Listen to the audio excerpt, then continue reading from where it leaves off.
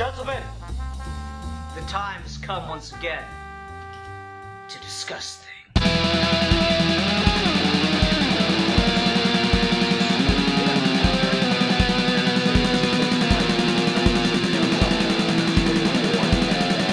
It's nice to get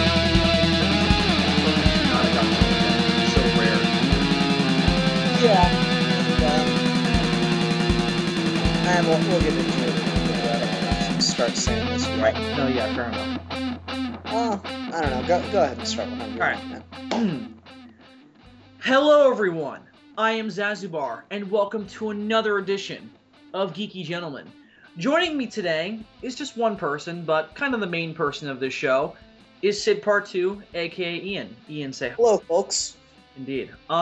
Now, Milan was, of course, supposed to be here, as he always is, but stuff came up, and he was not able to make it to this recording.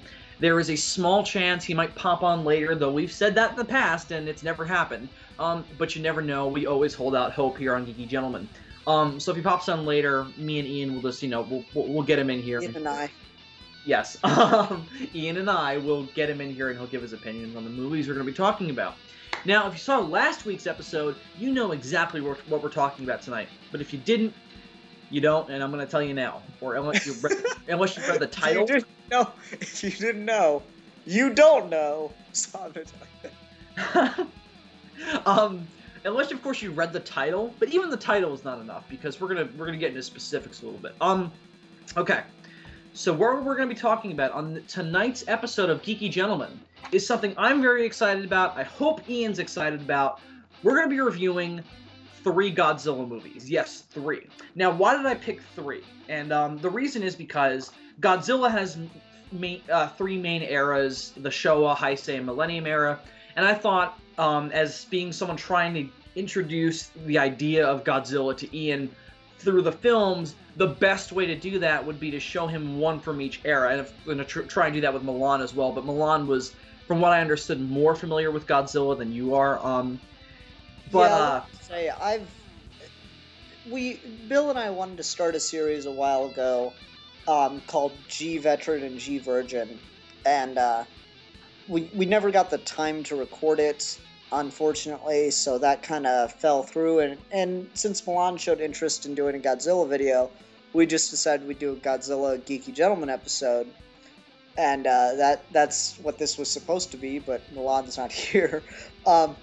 Yeah, so... But we'd originally recorded one episode of the G Veteran, G Virgin, but I killed Bill's computer, and so that was lost. Yeah, we lost that recording. But aside from that, stuff was coming up anyway, so... Yeah, and I just want to say, not counting what I watched today and what I watched for that one episode we recorded, I remember seeing one Godzilla movie when I was a kid, and, I fell asleep during it, and the only image I remember from it is a guy in a black leather trench coat on a rooftop, and, Godzilla's looking at him from the edge of the rooftop, and there's, a really long, drawn-out dialogue scene. Godzilla 2000. Oh, really? Okay, so you can identify... I almost picked that one, except GMK is better for introducing someone to Godzilla. Fair enough. So anyway, that's the only one I have in memory, and then the only other thing I ever saw was the 98 film. You should have. Which, I watched a couple months ago, and it's not a complete pile of garbage. I'll agree it's nothing like the character of Godzilla in these other movies. So if that character is important to you, yes, I could understand why you wouldn't like that movie. Yeah, very much so.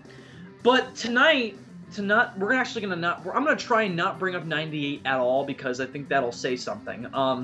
Because I've been on this tangent to try and get people to stop talking about it, because if you keep talking about it, that keeps it alive. So I think that, not talking about it is the best way to separate it from Godzilla. So I'm going to try and stick with that for the rest of my life, though it's probably not going to happen. Because that movie is just so much fun to make fun of. But tonight on Geeky Gentlemen, we are going to be talking about 3 specific Godzilla movies, as I said. And those 3 specific ones I picked for very good reasons. The first one we're going to be talking about is Mothra vs. Godzilla, which is a 1964 film and what I consider kind of the most defining Godzilla film of the Showa era, because it defines the tone of the rest of it, and the rest of it's very long. Then we're going to talk about Godzilla vs. King Ghidorah, which is the 1991 film, and I picked it because it's probably the most accessible of the Heisei series, because the Heisei series is a very complex continuity, and this film rewrites it. So I think that was why I picked it, but also it's Godzilla's origin, so I think that it was interesting for you to see that as well. And then third, I picked GMK, which it was actually the first one we were going to do for G Veteran, G Virgin, but I think that's the most accessible of the Millennium series. It's also the darkest of all the Godzilla films except for the original, so I thought that would be apt for a non-Godzilla fan to watch as well from that era, since that era is mixed for me. Yeah, I didn't get the chance to rewatch that today because I think this is worth mentioning. This was being recorded on the night that the Boston bombing terrorists were, one was shot, one was captured, so I was a bit busy watching the news. Yeah, that happened today, indeed, and I saw most of it at work, so I didn't get to hear any of the details, so if you're watching and that's on your mind, sorry, we probably won't talk about it, but I know, it's just worth mentioning. Oh, for sure, I agree. Watch the news sometimes, people. It helps you keep an apt... See, the thing is, Bill, I usually listen to news pretty much all day because, I'm driving around a lot during the day and I just listen to NPR and, they play a news roundup at the top of every hour. Right. And I'm driving around and listening to the news all day, but today I didn't have work, didn't have school, and I was tired, so I just spent all day in the house, watching Doctor Who and Godzilla. And the one day I don't listen to the news is the day something I've been really interested in happens.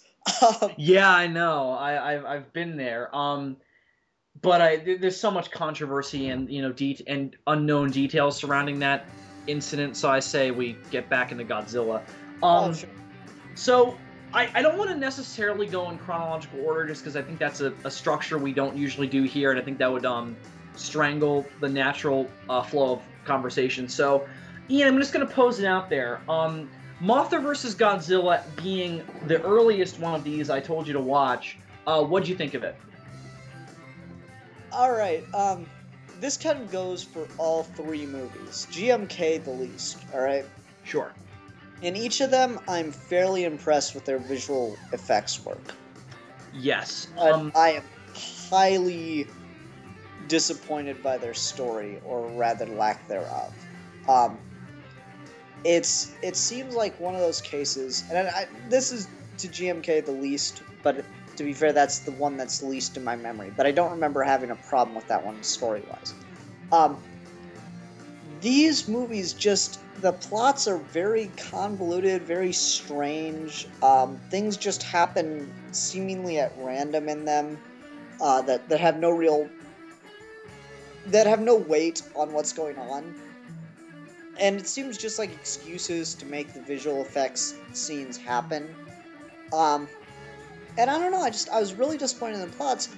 But some of these things, especially Godzilla vs. Mothra, Mothra vs. Godzilla, I was really impressed by the visuals on it. Those two miniature women, the blue screen work on that was fantastic. I've done worse blue screen work than that, and I have technology those guys could only dream of having. Yes. Mothra vs. Godzilla is an amazing visual effects-wise film. But to comment on the story, I don't really agree, except for King Ghidorah. King Ghidorah I love dearly, but that one's plot is so messy, and the characters are not doing it any justice because most of them don't have any personality. Mothra vs. Godzilla I'm going to disagree with because I love Sakai, the main reporter character. And I think he's even better in the Japanese version because Akira Takarada's performance isn't cut off at all. Well, no, the version I watched had subs. Oh, it was the Japanese version, okay. I love him in that version. I think he's got a really great character. It's not like he goes through any major arc or anything, nothing beyond what a usual Godzilla protagonist does. He wasn't my problem with him. Okay. He was fine. He didn't really do anything for me one way or the other. Part of why I don't like subtitles is it distracts me from the visuals and from the nuances of performance. which this probably did, so it would have helped if I could have watched this more than once. But Fair enough. he just kind of fell flat for me. My problem was just the whole thing with the egg and just some of the insanity of, like, there was one line that I laughed at because it was so random, lazy, and completely inconsequential to the rest of the movie. We can use our telepathic powers and know what you're saying, or know what you're intending, or something like that, from the little tiny women. That line is weird. I will give you that. It had no purpose, because all they had to do was explain their No, actually, it did have a purpose. The writers didn't feel like trying to summarize the plot of this movie in less than a sentence. You could do it, but they just didn't want to. Well, the thing is that the Islanders already know what's going on. Because the Twin Fairies have been to Japan. Yeah, but they don't... No, the Islanders don't know about Godzilla at that point. Well... See, that's... They know of Godzilla's existence, they don't know that he's attacking again. Or at least that's the way we were meant to take it. But no, it's just... It's a useless part of the plot. The whole... The singing to Mothra is just... There's a lot in this movie that just doesn't make any sense. Like, alright. You see Mothra, after she's killed by Godzilla, land on top of the egg. Right. That's another thing that I find weird about these movies. It seems like Godzilla just kills the villains just so that the other monsters, just so that they can be resurrected and come back. It's funny, because it usually doesn't work that way. I just happen to pick 3 where that's the case. Okay, fair enough. No, but anyways, there's this scene, Mothra dies and she lands on the egg. And then Godzilla starts destroying the city, which, okay, whatever. It's Godzilla. That's what he does. That's fine. And then they, cut to the little girl, the Little Women. Do they have a character name? Because saying Little Women just... they're just called the Twin Fairies. Okay, the Twin Fairies. That sounds actually better than Little Women for some reason. Anyway, the Twin Fairies start singing Mothra! Don't do it. Why not? Because I hate that song. Yeah, anyway, so they start singing to the damn egg. And then you see, I think a 5 to 10 minute scene of Godzilla destroying things and getting in, fights with the military. And then it goes back to them singing to the egg. Yes. And then the egg hatches after another cutaway to Godzilla. I'm like, why didn't you just have the egg hatch the first time they started singing, and then get our weird friggin' larva things to go after Godzilla at that point? There was just such this useless scene. You could have honestly had it make more sense if the egg had hatched the first time they start singing, the larva went or started to move toward it, then you cut to the fights with the military, and then they confront it, as opposed to cutting to fights with the military, and then throwing in that random teacher and her children on that island. It had, the character that goes and announces it to the guys on the boat had no connection to them whatsoever. It just happened so random. Oh, he was their schoolmaster. But where did I see that in the movie at all? I just kind of assumed it based on his clothes. No, he looked like one of the guys that was at the egg park or whatever you want to call it. What Happy Enterprises land. Yeah. No, it's just he goes randomly to them. You don't see these characters at any other point in the movie, but now we're suddenly supposed to fear for them, and it's just so generic, just fear for them because they're kids. Oh, it just got so convoluted and weird. I don't know what they were thinking when writing this. It seemed like they were like, okay, we just want to get Godzilla on this island so that he can be kicking rocks at the larva things. It got so weird for me. I'm sorry. No, it's okay, actually, because I didn't expect to agree with you, but I do to a point because, and I talk about this in my Palooza review of it, the ending battle scene annoys me only because the children come out of nowhere, and I don't think it was necessary. It wasn't at all. Godzilla doesn't need a reason to attack cities, and there's a city on that island, or a town at least. He doesn't need a reason to go there, and the children are not even a reason. They're just kind of... They're there to give our human characters something to do while Godzilla and the Mothra larva are fighting. And that does annoy me because it's not necessary. Because for the rest of the movie, they've been fairly proactive as Godzilla protagonists. They've been doing stuff. They've been getting Mothra's help. They've been talking to the Islanders. They've been pursuing Happy Enterprises. They've been doing things. Then they just have to stand by and watch the monsters do their thing. and it happens in every single Showa Godzilla movie up until, like, Destroy All Monsters. And it definitely bothers me, because it's unnecessary. If you're just gonna have them watching, just have them watching, because at least they're out of the way. Yeah, I don't know, like, that was, like, the children plot was weird, and then my biggest problem is, like, I'm gonna praise this movie for its visual effects. That's, you know, anything positive I have to say about this movie comes down to its visual effects, and pretty much nothing else. The first scene where we see Godzilla rising out of the dirt actually looks really good. The tail is a little iffy for me. Because it was separate from the suit. It was a whole separate puppet. Yeah, it's doing a little too much. I like the fact that they're moving it around. It's just doing too much movement, I think. Fair enough. I thought it was weird that the majority of the destruction Godzilla causes seems to be completely accidental.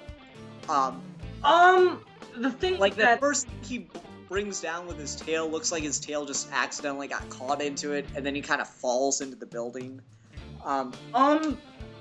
Alright, fair enough. I don't think that it happens enough where it's just accidental. I mean, what I like about this movie, in terms of Godzilla characterization, is that he's just the force of destruction that we'd come to know and love and is actually developed in the next film. But what really sticks out for me in this film, because I every Godzilla movie, I think with a few exceptions in the later Showa series, can be praised for their visual effects. E.g. Sakurai is a master. There's no questioning that because the man was a pioneer. Basically until the late Showa series is where I start to have problems with effects. What I really love about Mothra vs. Godzilla and why I picked it is because I think that there's enough going on, because Godzilla doesn't show up until about 20 minutes in is around the time marker. Yeah, that actually bugged me. Why? I don't know, it's a monster movie. I don't really care about the people that much. I did in this case, and that's why I think that this is one of the best.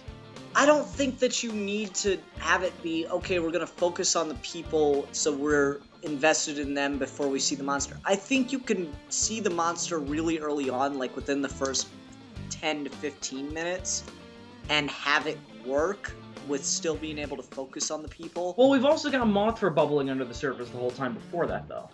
Yeah, but I'm just saying, it's a Godzilla movie. You want to see Godzilla.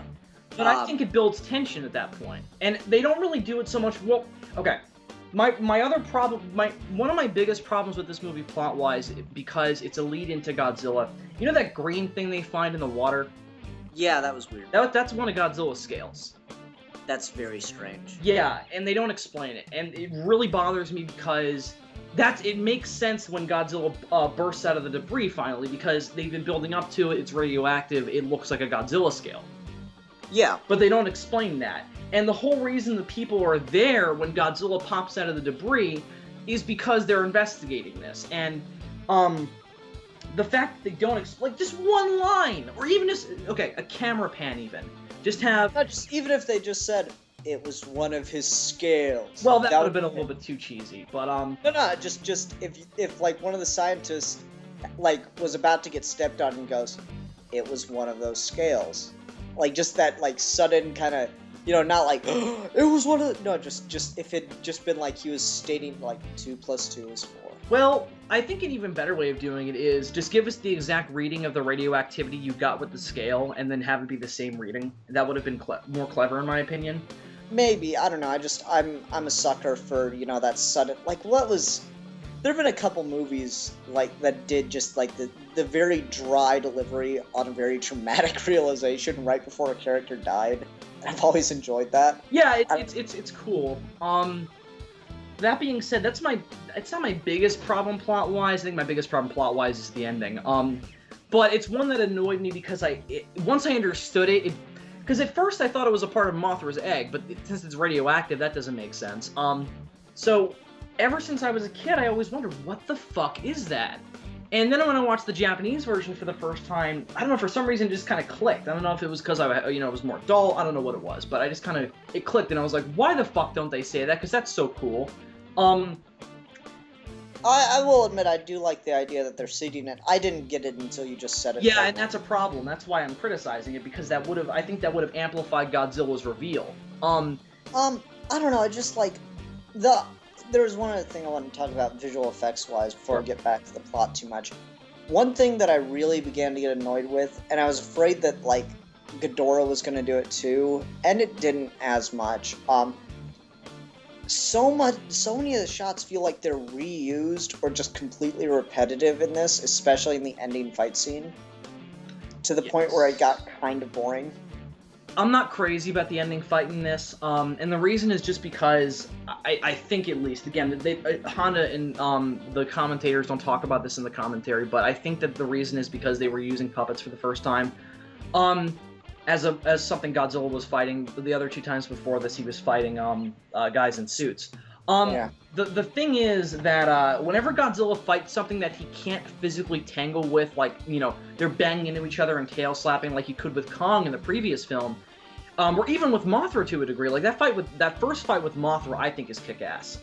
It's okay. Like I said, they just seem to be reusing the same shot of like Godzilla on the ground, and in the final fight scene of the rocks falling towards the larva. Well, the one that bothers me is when you constantly cut to the Mothra larva shooting up the web. Yeah, that too. It's like the same shot over and over again. I'm like, we get it. Cut something else. I did, but the first one I thought didn't reuse too many. The only shot that kind of bothered me is they constantly cut to Godzilla looming over the egg and he's swiping his hand at Mothra. I don't know what they were going for there. But the rest of it I think is fairly diverse, especially as a Godzilla fight, and you wouldn't notice this only because you hadn't seen the previous 2 films. And Godzilla fights flying things in the other two films that you saw after this. But as someone who, you know, Godzilla didn't fight anything flying before this, and after this, even then, so I just thought it was cool to see Godzilla fight something that flew. But I don't know. I think that was fairly well handled. Anytime this is something I had problems with in all of the movies except for GMK with Mothra, but they still had the problem with Ghidorah.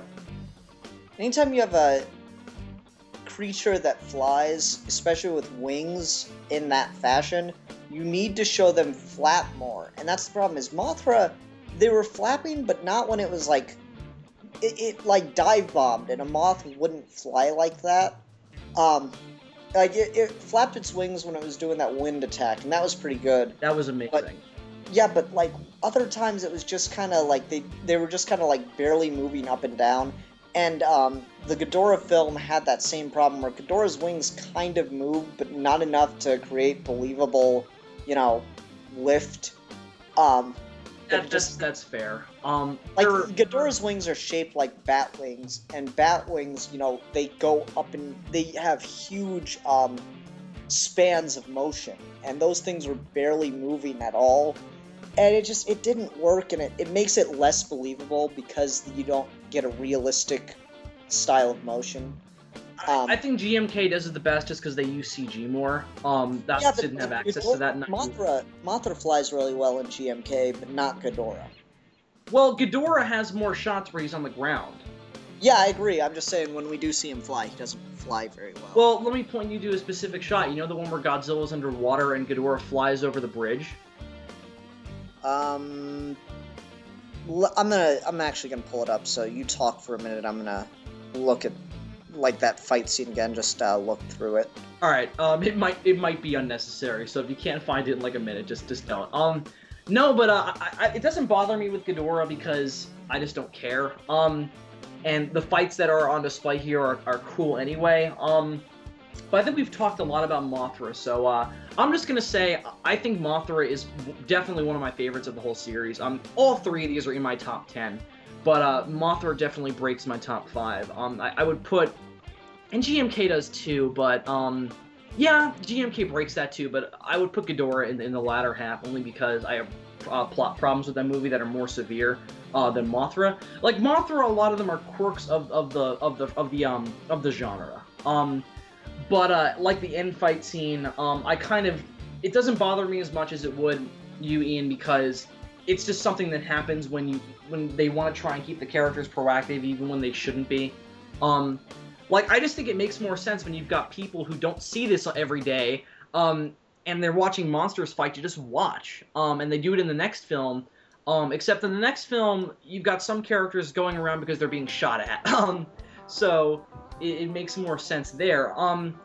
But I still love Mothra vs. Godzilla. I really like the cast. Hirotaka. I mean, the cast is fine. There's one other thing I wanted to talk about. Sure. I wasn't sure how I felt about the two businessmen.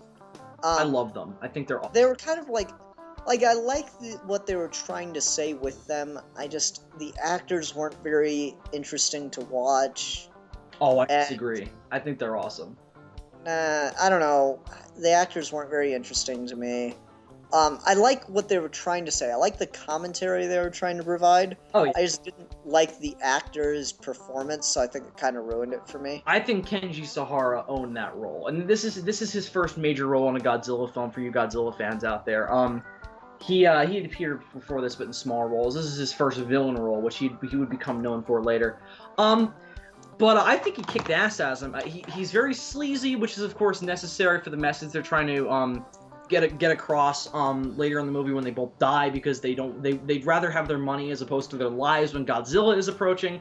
But I think that Kenji Sahara kicks ass. I think that I don't know the actor's name, but the fatter one. I think he kicks ass, especially in the scene where oh cool. Guess what, everyone? Milan is coming on. Milan is here. Sorry guys, I'm at my mom's house and yeah. So yes, are we recording now? Yes, yeah, you're we're on the mic. middle of an episode. Oh, how late am I? We're only like half an hour in. Do me a favor. We're wrapping up on Godzilla vs. Mothra right now. Can you just summarize your thoughts on it really briefly? I watched the 1960s one. Yeah, we're supposed to. Oh well, strangely enough, it has this feeling of really genuine kind of it's lacking of any sort of irony, which I like in a science fiction movie. And that's the thing, most of these Godzilla films, they really do have this kind of, like, I don't care what you think, I'm going to tell you this fanciful tale about monsters destroying the city. And aliens and, and fairies and what have you. It's so unironic in its approach to storytelling. But Godzilla vs. Mothra, it reminds me of the movies I used to watch as a kid, because the level of the budget is pretty good, but just the acting, I don't know if it's the performances, but they reach the same level of hamminess that Russian actors usually do in those types of crazy science fiction films from the 60s. I love the effects. The effects in here are fairly well done. Very charming. Well, no, not just charming. They're actually legitimately good effects, especially given the time. Some of the blue screen work is actually really impressive. It has a very good visual level of depth. I think the plot in this is just a clusterfuck of trash. I thought the plot was just so insane that it just kind of bordered on delightful. I don't think it's that nuts, and maybe this is just because I'm desensitized to it as a Godzilla fan, but this is subdued for Godzilla. Very subdued, in fact. I mean, it's just Godzilla. Fuck. Sorry, that's my dad. It's just Godzilla attacks, and we get another monster to come after him. There's not much. I don't see, aside from Mothra, of what Mothra is. I don't see much about it that's too, kind of out there. Well, it's a giant lizard. It's a giant lizard. No, but once you accept that fact, once you accept the universe you're in, I don't think it's that out there. It's pretty not necessarily out there, Bill. Just like some of the characters' interactions don't make sense as people. How so? I don't have problems with the idea of the giant moth. That's just your MacGuffin for this universe, or not MacGuffin. That's just your contrivance for this universe. That's fine. I don't care about that. It's just the idea of like, oh, my money is more important than these people's lives. Like, all right, here, the egg showing up. In what world does the government not immediately go grab that thing? Japan. Yeah. Well, I'll admit to this, at least. It doesn't make any sense that the guy buys it from fishermen and the government doesn't have anything to say about that. Especially when the government shows up later to fix the damn problem that the thing's causing. It's just, there's a lot that does, like, the people don't act like people. The people act like plot devices. I don't agree. I think that the main cast acts pretty naturally. The thing about the egg. Except for the businessmen. The they're businessman. expressive. One little thing about the business. Sorry, I gotta say this before I forget. The businessmen in this are just delightful assholes. They're just so fucking. They're just like, I don't care about anything except money. It's just that. It's hysterical. They're so. What's the right word? They're the typical, Japanese businessmen. I don't care about anybody. I don't care about anybody's health. I don't care about anything as long as this makes me profit. Hi-oh! Yeah. Yeah, I like that. Like I was telling Bill just a minute ago before you joined, I like what they're trying to do with the businessmen from a writing perspective, from a commentary perspective. I just don't like the actors. I think the actors kind of ruin it, or maybe it's just what exactly the setup is for it. I don't know. Just something about it just didn't make it work for me. Nah, I like the hamminess of it, so I don't know. If it was a serious, if it's good effect. Yeah. If it was a serious film and there was no giant monsters in it, I think yes, of course these characters would seem out of place and cartoonish. But let's not forget, this is a movie made in the around 60s, I believe, and it has a giant radioactive lizard fighting a giant magically infused butterfly with fairies. Let me ask this, Bill: is this movie meant to be taken seriously in the Godzilla universe? Absolutely. Okay, then immediately that's a problem. It's meant to be taken seriously. It doesn't matter if you shouldn't take it seriously because the world it's in is fantastical. If they meant us to take it seriously, then I gotta look at it seriously, and I can't forgive it because of that. Forgive what, though? The fact that the actors are hammy? Yeah, I can't forgive the hamminess of the acting and the contrivances with the people in this. If I'm meant to take it seriously, I can't just look past that. I'm not looking past it. I'm just saying that I think it works for what they're trying to achieve, and I think that from what we're given, it's easy to take. Well, not easy to take it seriously. It does succeed in what it sets out to do, in the context of this universe. It's definitely supposed to be a serious film, and I think it succeeds in that. I think it just succeeds in parts. I just think just parts of it don't really know what it's trying to do. It's trying to contrive reasons for Godzilla to attack this city or go to this area. And well, like I said, those reasons. I don't except for the egg. No, not just the egg. The kids. Well, Godzilla's not going to that area because the kids are there. They just happen to be there. It's trying to contrive reasons for me to care. Oh, but I agreed with you earlier. I don't think they had to be there. The reason they're there is not for Godzilla to attack that area. It's because they need to give our human cast something to do. And I do agree with you. That's all right, fine. Godzilla needs. Why does Godzilla even go after the egg? Because it's a threat to him. Because he doesn't know what the hell it is.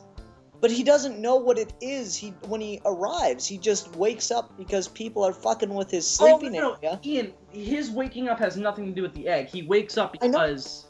I know, that's exactly my point. He wakes up completely independently of the egg, and then goes almost on a straight beeline to the egg. No, not at all. What happens is that they happen to end up in a similar area because of the hurricane.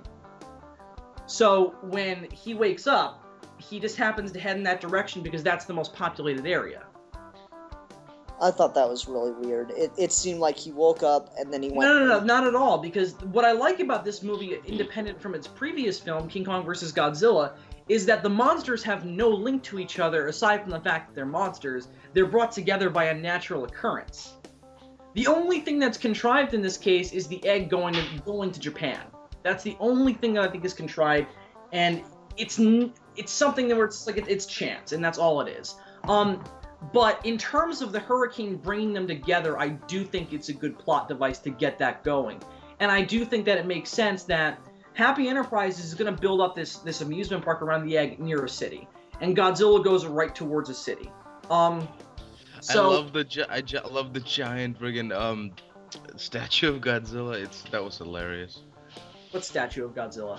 Oh, wait, that's right. I'm thinking of another movie. Never mind. That's Godzilla vs. Gigan. Oh, fuck. That's right. I was like, what the fuck are you talking about? Oh, there is an amusement park in that movie, too. That's funny. No, but I think it makes. I'm not saying it makes perfect sense. I'm saying it's logical to assume that that's what would happen. It just seemed like he woke up and then he went straight to the egg just so that Mothra could come in and fight him. No. He did not make a beeline for it, though, and the only reason Mothra agreed was because A, Sakai gives them a sob story, and B, the egg is a threat. The egg is the clincher of Mothra coming to Japan to fight Godzilla. And again... The egg represents humanity, man. The egg is a metaphor for life. to that. But the egg is there because we do need a reason for Godzilla and Mothra to come together, but I do think the reason we're given is very strong. Again, A, in terms of the franchise, and B, I just think it works. I don't. I think that a lot of this movie is just kind of will imagine a plot to make these two fight. And parts of it work, parts of it are just really silly. The visuals hold up fairly well today. If I didn't know this was made in the 60s, and I could somehow pretend not to see some of the outfits these people are wearing, I would honestly put this movie early to mid-80s. They're just fans of the 60s, man. We're in the club. Dude. Yeah, maybe that's the reason. No, just as far as visual effects go, I would put this movie mainly in the early to mid-80s. As far as the level of visuals. One little thing about the fight. Which one? When Mothra drags Godzilla by his tail. That was awesome. Oh my god, that I know it's hard to take this movie seriously, from I don't think our let me finish. From our some people don't really see this movie as being can't really take this movie seriously, giant costumes, but this is. I know it is. I do agree a part with Sid. It is kind of hammy. The plot contrivance, the plot may be a little bit contrived in places, but it's just so damn honest about it, and it just goes full force into what it's trying to be, and it's just so. That's the thing about the Godzilla movies. They're just so charming in their in their honesty, which I just love, but shouldn't most science fiction be that way though, Milan?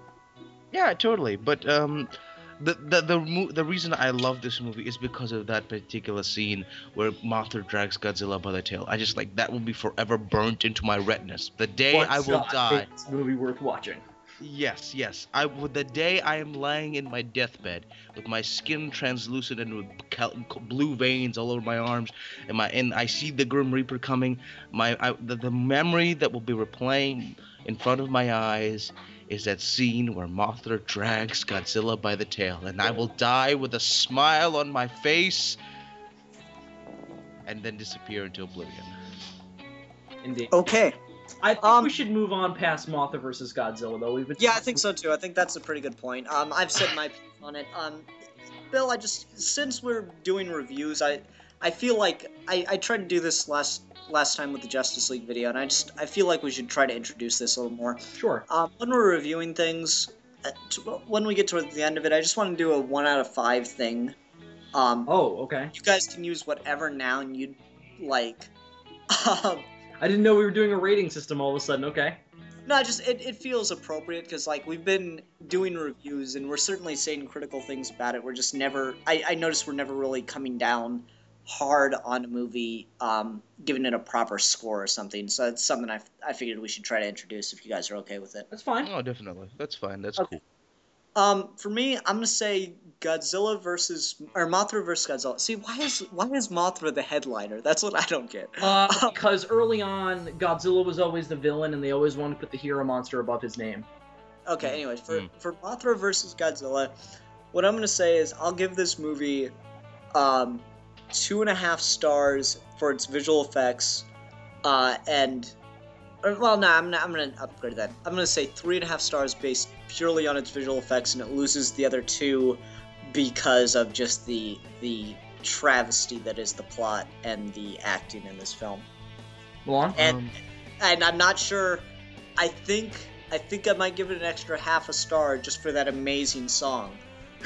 The song was amazing, but Hey, Milan, would you do me a favor and sing the song? Oh God. I can't, man. I cannot give it justice. There's actually a really Any- good remix of it in I think it's in Tokyo SOS. That's probably my favorite version of it because it's not as ear-bleedingly bad. Okay, well, basically, for me, before I give you my rating, I just gotta say, Mothra is an effing badass, and that is a fact. Like the sky is blue and the ground is dirty. You know, Mothra is a badass. So I give this movie, 4.5 little pink, plastic beetles, out of 5. What? Because I'm holding one of my little sister's toys that just happens to be a little pink plastic beetle. All right, and by that same token, I give this movie 4.5 sonic screwdrivers out of 5. There we go. No, but I do love this movie dearly.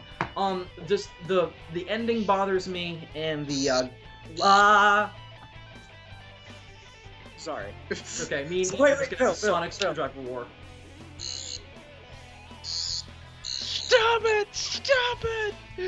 God damn it! Why must you two fight whenever I'm online with your sonic screwdrivers? Well, and you need to get a sonic screwdriver just so we could have a screwdriver war over Skype. Anyway, The audience is gonna fucking hate us. So we're just like, Oh. Bill, go on though. I'm sorry. okay. I adore this movie greatly. It's definitely in my top 5 favorite Godzilla films. But the lack of explaining what the Godzilla scale is, it taints the epic reveal of Godzilla early on. And the ending, you don't need a contrivance for these people to be involved because they're already involved. And it's just more realistic for them to just watch the fight because how often do they see giant monsters fighting? Well, it's Japan. I'd assume just about every. Well, not at this point. I mean, this is Godzilla's 4th appearance on Japanese soil, so I was kidding, but. okay, no, I get that joke, but I thought He is fully taking it seriously. no, I do though. That's the thing. But I do appreciate it. No, I'm not down. I'm not. No, making I'm fun of not you. saying you are. I'm not making fun of you. It's just amazing. Like, yeah, this is not the time. At this point in history, Japan has not been invaded by Godzilla No, it happened. every other day. I know it happened, but it's like, this is a rare occurrence at this point in history. So shut up, Milan. Yes, it is. So yes, Milan, shut up. But I do adore this movie. The visual effects, sobriety, my God, and you always will be. I think the characters in this are amongst my favorites of all the Godzilla cast. My only problem with them in context of the franchise is that my favorites always have a sense of humor, and they don't give it enough in this film. They get better later on. I mean, I did like the bit with the guy that had the eggs, and I just wanted to, Oh. after you're done, Bill, I just want to say one thing to wrap up on my end real quick. sure, that's cool. But I do really like the story. It's my favorite use of a device to get the monsters together. We don't get that enough later on. Oftentimes it's just, hey, Godzilla, will you help us kill this other monster? Sure, Japanese citizen. And then he comes up and he kills it. I just want to see one movie where Godzilla talks and just has like He does. this British accent. Oh, he doesn't have a British accent, but there is a movie where he talks. And it's Oh, cool. fucking atrocious. Yeah. I gotta see that movie. And you just Well, know what I will about find it to Japan? be a It's- cinematic. I'm gonna Godzilla's find. again. Oh, right. That's right. No. Well, They it's like pretend this. to talk. They pretend to talk. They don't actually talk. No, well, what they do is, and I don't want to talk too long about this. They just basically, the aliens in that film, they want Translate. to kill Godzilla because Godzilla is the only thing that can stand in their way of world conquest. So they have to attract him mentally to Japan, so that way they can kill him with Gigan. So they somehow that explains why he can talk. It's fucked up. Anyway. Anyway, it doesn't matter. So Go ahead. back to the movie. I adore this film. I love the plot. I love the characters, except for those two little things I mentioned, and that's why I'm deducting the point or the half point. But I think this is a fantastic Godzilla film. So Ian, what were you gonna say? I'd say that this is a fairly good film because of its visual effects, and honestly, I would probably watch a fan edit where they edit out the majority of the plot and replace it with, like, news broadcasts or something, just to make it, so you can follow what exactly is supposed to be happening, so we can get the action scenes, because that is what's fun to watch. I've been thinking about it. My favorite shot from this is fairly early on in the movie when Godzilla's first attacking and everybody's evacuating. There's a shot of Godzilla in the distance, and people running down the beach. And it's really simple how to do that nowadays. I could do that effect. I don't know the method they used then, but it works great because it looks incredibly good. I'm 98% sure it was superimposition because given the angle, it's probably not double projection. And whatever. Anyway, so now that we're off Mothra vs. Godzilla, since we talked about that film for a while, let's get into King Ghidorah. I have a lot to say about this, so I want to let you guys go first.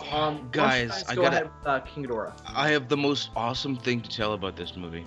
Sure.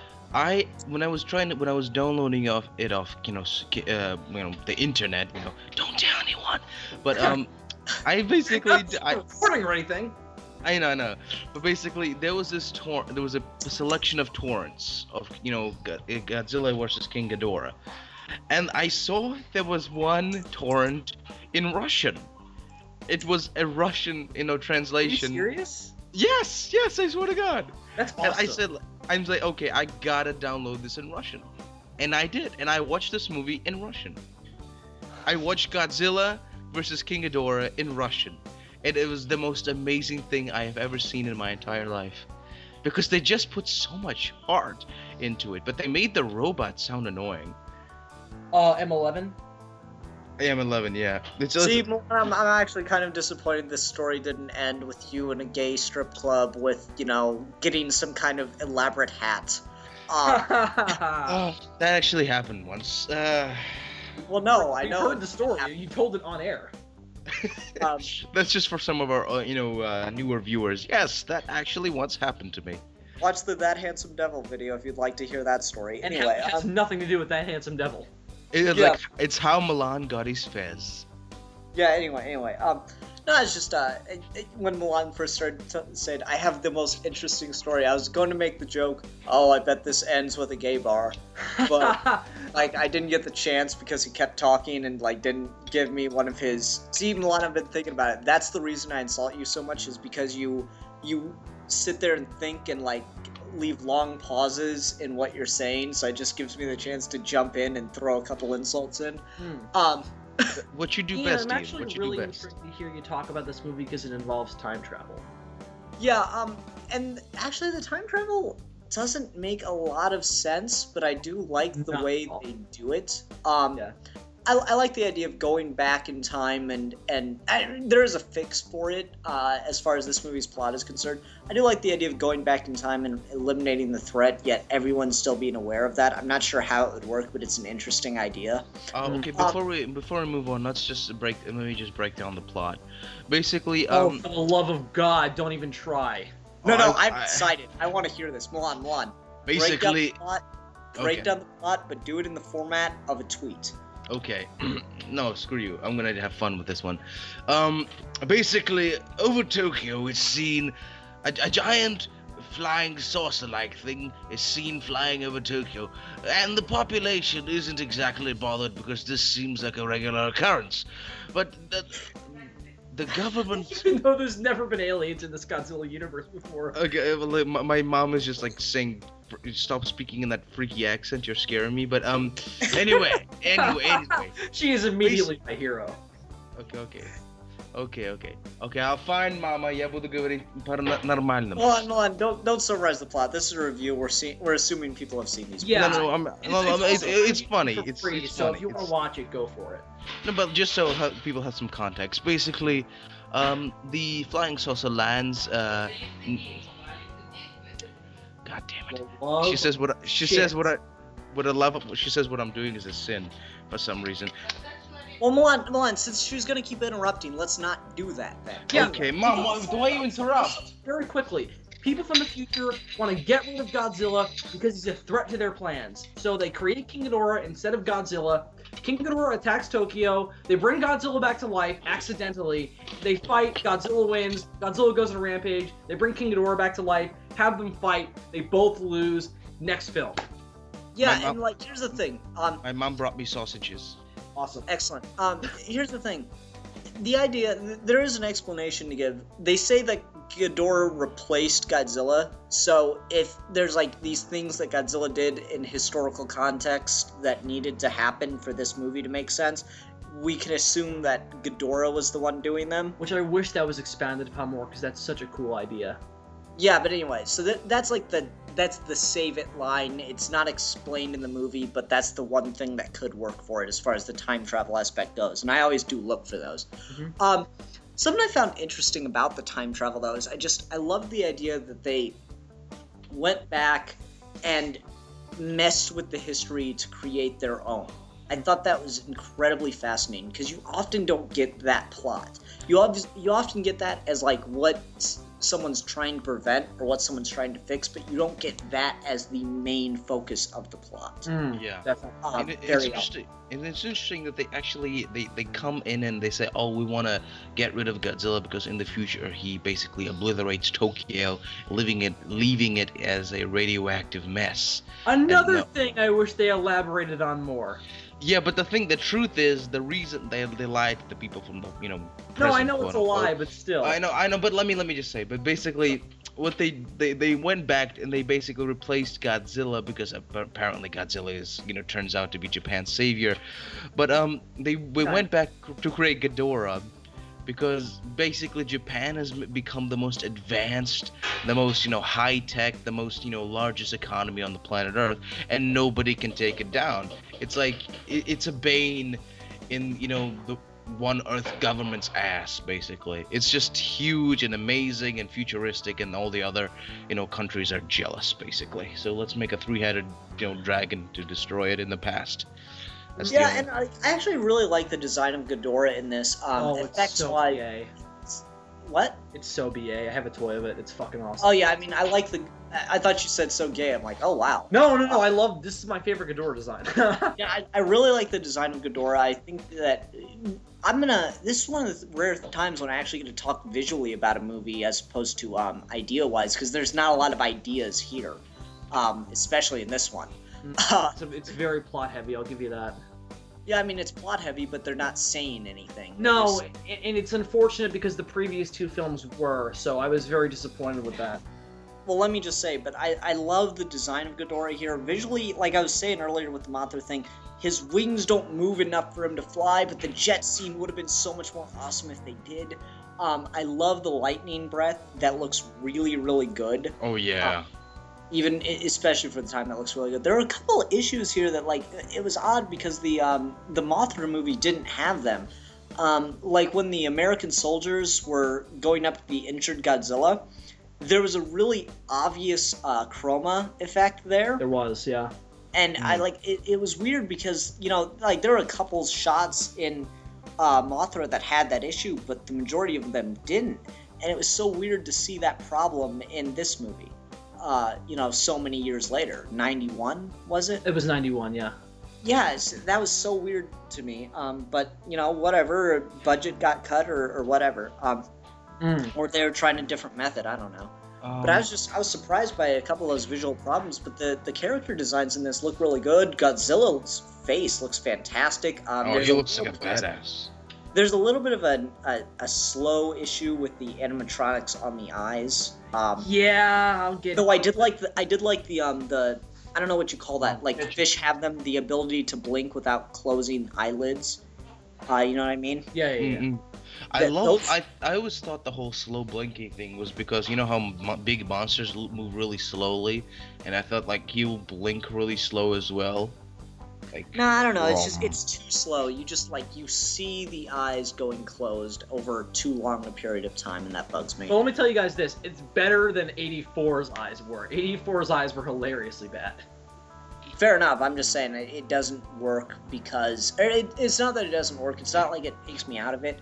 It's something I noticed, so it's a problem. Yeah, fair enough. I love the cyborg King Ghidorah because it's just of course, cool. That was amazing. You're like, what are we gonna do? Well, we gotta bring him back we gotta bring the not quite dead body back from to the future, fix it up and bring it back as a badass monster. I love how they wait until the perfect moment to do it. They could have come back in time at any point. They gotta wait right before Godzilla's about to kill our main characters. Oh, totally. What's drama. Weird about it is I don't understand how King Ghidorah's alive 200 years later at the bottom of the ocean. Because he's King Ghidorah. Because ocean water's cold. No. Yeah. That was the bother explanation me. they gave, wasn't it? Was that? That was the only explanation they gave. Though I suppose, we could make the same argument for how the hell the Godzillasaurus is still alive. I mean, it's not even radioactive yet, and it still survives the bottom of the ocean and still turns into Godzilla. It is definitely. Speaking of which, that was a problem I had. Because the idea was, and this would be, oh great, Japan makes a nuclear submarine. That wouldn't fuck them over, given the end of World War II contract. But anyway, I thought it was so weird that, like, Godzilla looked like he'd already turned into Godzilla before the nuclear submarine was going to go turn him into Godzilla. Oh, no, he did. What the explanation they give is that there was a submarine that crashed a few years earlier, and through that time, Godzilla was feeding on it, and that's why he mutated. The Japanese government had nothing to do with it. I missed that explanation, or they're way too brief on it. There's a whole scene devoted to it. I completely missed what the hell was going on then. The one where they're in the news archives and they pull out all the newspaper stuff about the 77 submarine. Okay, that's the problem. Is I'm reading subtitles and I'm trying to read newspaper headlines. You didn't watch this one in English? Yeah, you should have. Well, I watched it in Russian. It was amazing. This is one of those ones I think is better dubbed. Oh, well, yeah. wait, no, yeah, I did watch this dubbed, and somehow I still missed the Did scene. you? Okay, all right, that's fair enough. Dude, it was an English dub done over in Russian. That's hilarious. Like, actually, that's something I noticed about the dub work. They clearly got American actors to do the dubbing. I don't understand why you don't just get Japanese people who speak English, because it would sound so much better. Yeah, they try to whenever they can. Like Godzilla King of the Monsters does this. But what bothers me is the fact that some of them sound British. I don't know, it bugged the crap out of me. I'm like, why would you not get someone that can actually speak English? Or someone that is Japanese, because it'll just sound better. I agree. Maybe just they don't want any of them people on the set. okay, it's a Milan. Japanese movie! I know, right? It's like actors in it, Milan. I know, it's just like, okay, we need to get Japanese actors who can speak English. No, I don't want no freaking Japanese here. Bring some Americans to do the voice for this Japanese giant monster movie. Yeah, let me just say this before we go any further. I really like this movie, but I have a lot of problems with it. First things first, what drives me crazy plot-wise, and Ian, I know you said there is somewhat of an explanation for it because Ghidorah replaces Godzilla in history, but I still think it's inexcusable that everyone remembers what happened. Oh no, I agree. Godzilla's It's a significant it's weird. problem. It is so a weird. huge plot hole. And No, it is a significant problem. I'm just saying that's the only justification it has. But the problem is that's more interesting to me if they would have taken that route where there's this alternate timeline where there was no Godzilla, there was only Ghidorah, which would have created a great conflict for our characters, which we have enough of them where they could probably pull something like this off where they need to create Godzilla again. So, one of them's got a psychic link to him so you can immediately find him. B, you've got one of them who has access to the government, so if there's any chance, like with the Dio Corporation, that there is some sort of secret nuclear Japanese arsenal, we can create Godzilla, and then you've got a paleontologist. Let me just say, because I didn't really explain that, at the end of World War II, part of the peace agreement, the disarmament agreement between Japan and the United States was Japan is never allowed to have a standing army or access to weapons ever again. Japan is completely defended by the U.S. military. So you have no idea the level of shit Japan would be in if anyone found out they had nuclear weapons. Yeah, and they're lucky that they actually don't use them, so they wouldn't be in too much deep shit, only because the only reason Godzilla gets more powerful is because he destroys it himself. I just found that wonderfully amusing. Just like, as soon as they said, we have a secret nuclear stuff, it's just like, oh, they would be in so much shit. Yeah, that was definitely a little bit eyebrow-raising. I think the reason... the characters who they used to do that. Shindo is one of my favorite Godzilla characters. Oh, I really liked him in this. The guy that was great. like the World War II soldier, he was great. Oh yeah. Especially I never bought a man crying over a giant lizard to be, that scene was just so honest. And he's crying. I'm like, God damn it, Godzilla! Godzilla! What's really tragic in that scene is that both of Godzilla's predicaments are entirely Shindo's fault. Both, Yeah. Well, not entirely, but both of the times that he gets mutated, because the thing is, Godzilla does not like what he is, and that's very prevalent here when he has that scene with Shindo, where they're both looking at each other. Godzilla does not look like he wants to kill him, but he has to. Because that's what Godzilla does. And I love that scene. It's one of my favorite scenes in the entire history of the franchise, and I love the stuff that builds up to it. And it is definitely one of the shining plot points of the film. But aside from the time travel stuff, what bugs me about this movie, plot-wise, is that we've got so much stuff going on before Godzilla shows up, that once Godzilla shows up, it doesn't feel the same way it should. Like that shot where he comes out of the water, very awesome. Kick-ass review for Godzilla. It's like 45 minutes into the movie. Oh, yeah. The way you do a Godzilla movie where Godzilla does not have a lot of screen time early on is you don't shut up about him. You have to have dialogue about him constantly and referring to what he's doing off screen. The reason the return of Godzilla works is because Godzilla doesn't show up until like 35 minutes in, but every scene is about his impact. It's fascinating. It's awesome. Ghidorah tries to do that, but there are so many fucking characters, so many plot points running alongside what Godzilla's doing. Godzilla gets lost in the shuffle. And that's hard to do with the giant lizard. Well, I think it kind of helps that you get, dinosaur Godzilla.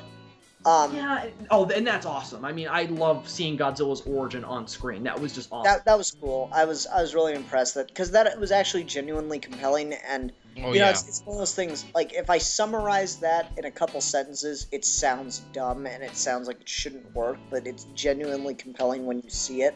Just because the actors that they get for it and everything. That's a weird little paradox in filmmaking, don't you think? What do you mean? You can make summarize it in a couple sentences, but when you see it, it works. Okay, let me try to do it. Basically, this Japanese military faction is being bombed by Americans on this tiny little island, and they're basically ready to go out in a blaze of glory. And then a giant dinosaur shows up that somehow survived from the Cretaceous period on this little island. And which then he beats the shit. Try to explain because anything. And basically he's exactly. But basically he kicks the living shit out of the Americans. He kills everyone on the beach, but then they fire like missiles at him from the boats, and then he gets back up and they just kind of leave because they don't want any more casualties. Well, Milan, what you're doing is way too much. Like, when I say explain it, I mean explain it in the same way I did Green Lantern, or Jeff Johns' run on Green Lantern. Here's like the bare minimum explanation of what happens. A dinosaur survived and helped the Japanese soldiers defeat the Americans in a battle in World War II. The fuck? But you're definitely right. Doesn't it sound retarded? But the way they show it is so effective. My only problem with that scene... The thing that saves that scene is the actor. Except the American ones. The visuals aren't terrible, but they're not great. The acting is what saves that scene. Yeah, the dinosaur does not look great. I'll give you guys that. I have to disagree. The thing is, this movie... I'm going to finally talk now, but this movie is just... This is from the 1980s, I believe? No, 1991. Oh, 1991. It's strange because I said a similar thing about the Mothra movie, but this movie is just... It's so... I see the special effects... I don't even care about them. Like, I don't have that same sensibility of, oh my god, everything's got to be HD, 3D, super resolution or whatever. The thing is, I don't have that sensibility about it, but I do visual effects. I know what's good and what's Yeah, but anyway, I think some of these older effects lend these movies a lot of charm. But Milan, the problem with that is you can't say it has charm when it's meant to be taken seriously. I know, but the thing is, it's a weird kind of dichotomy because because you don't really care about the quality of the effects, but the actors and this, and the situation. Well, it all comes down to presentation. You're made to take it seriously, and when you do, it just seems kind of, oh god damn it. Yes, you might so. Well, I would say that the effects in this film are very, very good for the time, especially given using Sunimation. If you compare it to something like Jurassic Park, yeah, there's problems. Yeah, of course not. But no, I'm just saying, like, there's a couple issues with effects, and it's very small stuff. I don't hate the dinosaur suit. It's just, like I said, there's a very obvious chroma key. Yeah, that I know the shot you're talking about, and it is a problem. And the dinosaur does look fairly good. The problem with it comes in, when they show it when it's not a suit, when you have it in frame with the actors and it's clearly like a model with puppet work going on or animatronics, it looks bizarre. Like there's one where you see the body flailed down, the tail hit the body. How the fuck does that happen? This doesn't make sense. The head looks great. I like that you can see Godzilla in it. That's the thing that really impressed me. You can definitely look at that and go, yeah, that's a base form Godzilla. Yeah, that is a very interesting design. But one more little thing, it's strange enough. It's weird to see how the people, paleontologists thought dinosaurs looked, because they have that kind of kangaroo stance. They're standing on their back legs. But the thing is, once we figure out, like, oh wait, they weren't exactly kangaroo-like lizards. They were just, they were actually basically giant mouths on legs, and those, little arms, which Godzilla has them a little bit more defined. Since apparently he's he's a separate breed of dinosaur. But I think, like, if dinosaurs were allowed to, continue in this world, I think those little arms would have been eventually, phased out, and they would be just essentially giant mouths on legs. Well, they evolved into birds. Exactly. Yeah, some of them did. But no, he's talking about dinosaurs if they didn't have to conserve resources. Fair. Okay, fair enough. I'm not going to get into the anatomy of the dinosaur because it's Godzilla's base form. They have to take paleontology back 10 years to make sense. I know, but the thing is, I have a point about this. It's just to see how Godzilla has those really well-defined and really, really well-toned arms. He is so muscular in this. Oh my god, he is Thor. His arms are just so fucking muscular. I'm like, if he didn't have the giant-ass face, I want to see a movie where Godzilla boxes like a prize fighter, because I know there's Megalon. I knew there was a goddamn movie where that happens. I knew it. God damn it. There's little you can say that hasn't happened in the Godzilla franchise. I want to see a movie where Godzilla sings show tunes. Not there yet. No. We will make this movie happen. No. It will be this will be the movie that when we're all reunite, when we all come together in one country, and in front of one video camera, that's the movie we're gonna make. It's gonna be not Godzilla. It's not gonna be the Geeky Gentleman movie. It's gonna be Godzilla sings show tunes, which is far easier to make than a Geeky Gentleman movie. But let me say this: I'm singing in the rain. I do like stomping on Japan. I am trying to make a point, Juan. Stomping on Japan. What a glorious feeling! I'm happy again. Thank you, Milan. Are you finished? Go ahead, Bill. Okay. In the same vein of Godzilla's base form, I also like Ghidorah's base form as well. What I like there... I thought that was really bad. Well, the effects are not great because they're puppets. But I like the idea of giving Ghidorah... Because it doesn't make sense for Ghidorah to be anything that's of earthly origin unless it's man-made, which they do explain. It's an artificial being, which I liked. And then I also like how they coalesce into one monster, and it does make... The only thing that doesn't make sense is the fact that they have two tails instead of three. What would have been interesting if they would have had, like, one of the tails get cut off or something, I don't know. But I thought the Dorats, as they're called, I thought that was a good idea, and I think that was a clever way of working Ghidorah into this more realistic Godzilla universe. So I appreciated that since they didn't want to use aliens. I'll agree with you, Ian. The effects are not great because they're puppets. But what I also really like about it, kind of in terms of Godzilla canon, is that they keep up the idea that nuclear radiation fucks with creatures. We see this with Godzilla in this film, and we see it throughout the entire franchise. In this film, we see Godzilla as someone or as a creature that, maybe not intentionally, but is defending his territory and in turn defends a group of people. He saves them. The nuclear radiation turns him into a harbinger of death, so that's just not a factor anymore. Actually, that was my problem with this movie, is the entire time we're meant to be rooting for Godzilla to exist, and then once he's finally back and, we're rooting for him to beat Ghidorah, and he does, and then he suddenly becomes a villain, which was weird. It's a very sudden turn to his original character, and I don't think it works in this continuity. I disagree only because I've seen the rest of this continuity, and without it, At least in the context of this film, I don't think it works. It's a very sudden turn, and there's really no reason for it. Like, the reason they give is he's obviously not going to be nice to us now. Well, never, because it's Godzilla. But, see, I don't understand what the Japanese were expecting, and I think this is why they thought the plan was such a bad idea, and why they didn't, and why that group of people were opposed to it. He just happened to come back to life before they could stop it. And there's a scene where Terasawa is like, there's going to be no more Godzillas, and tough shit, buddy.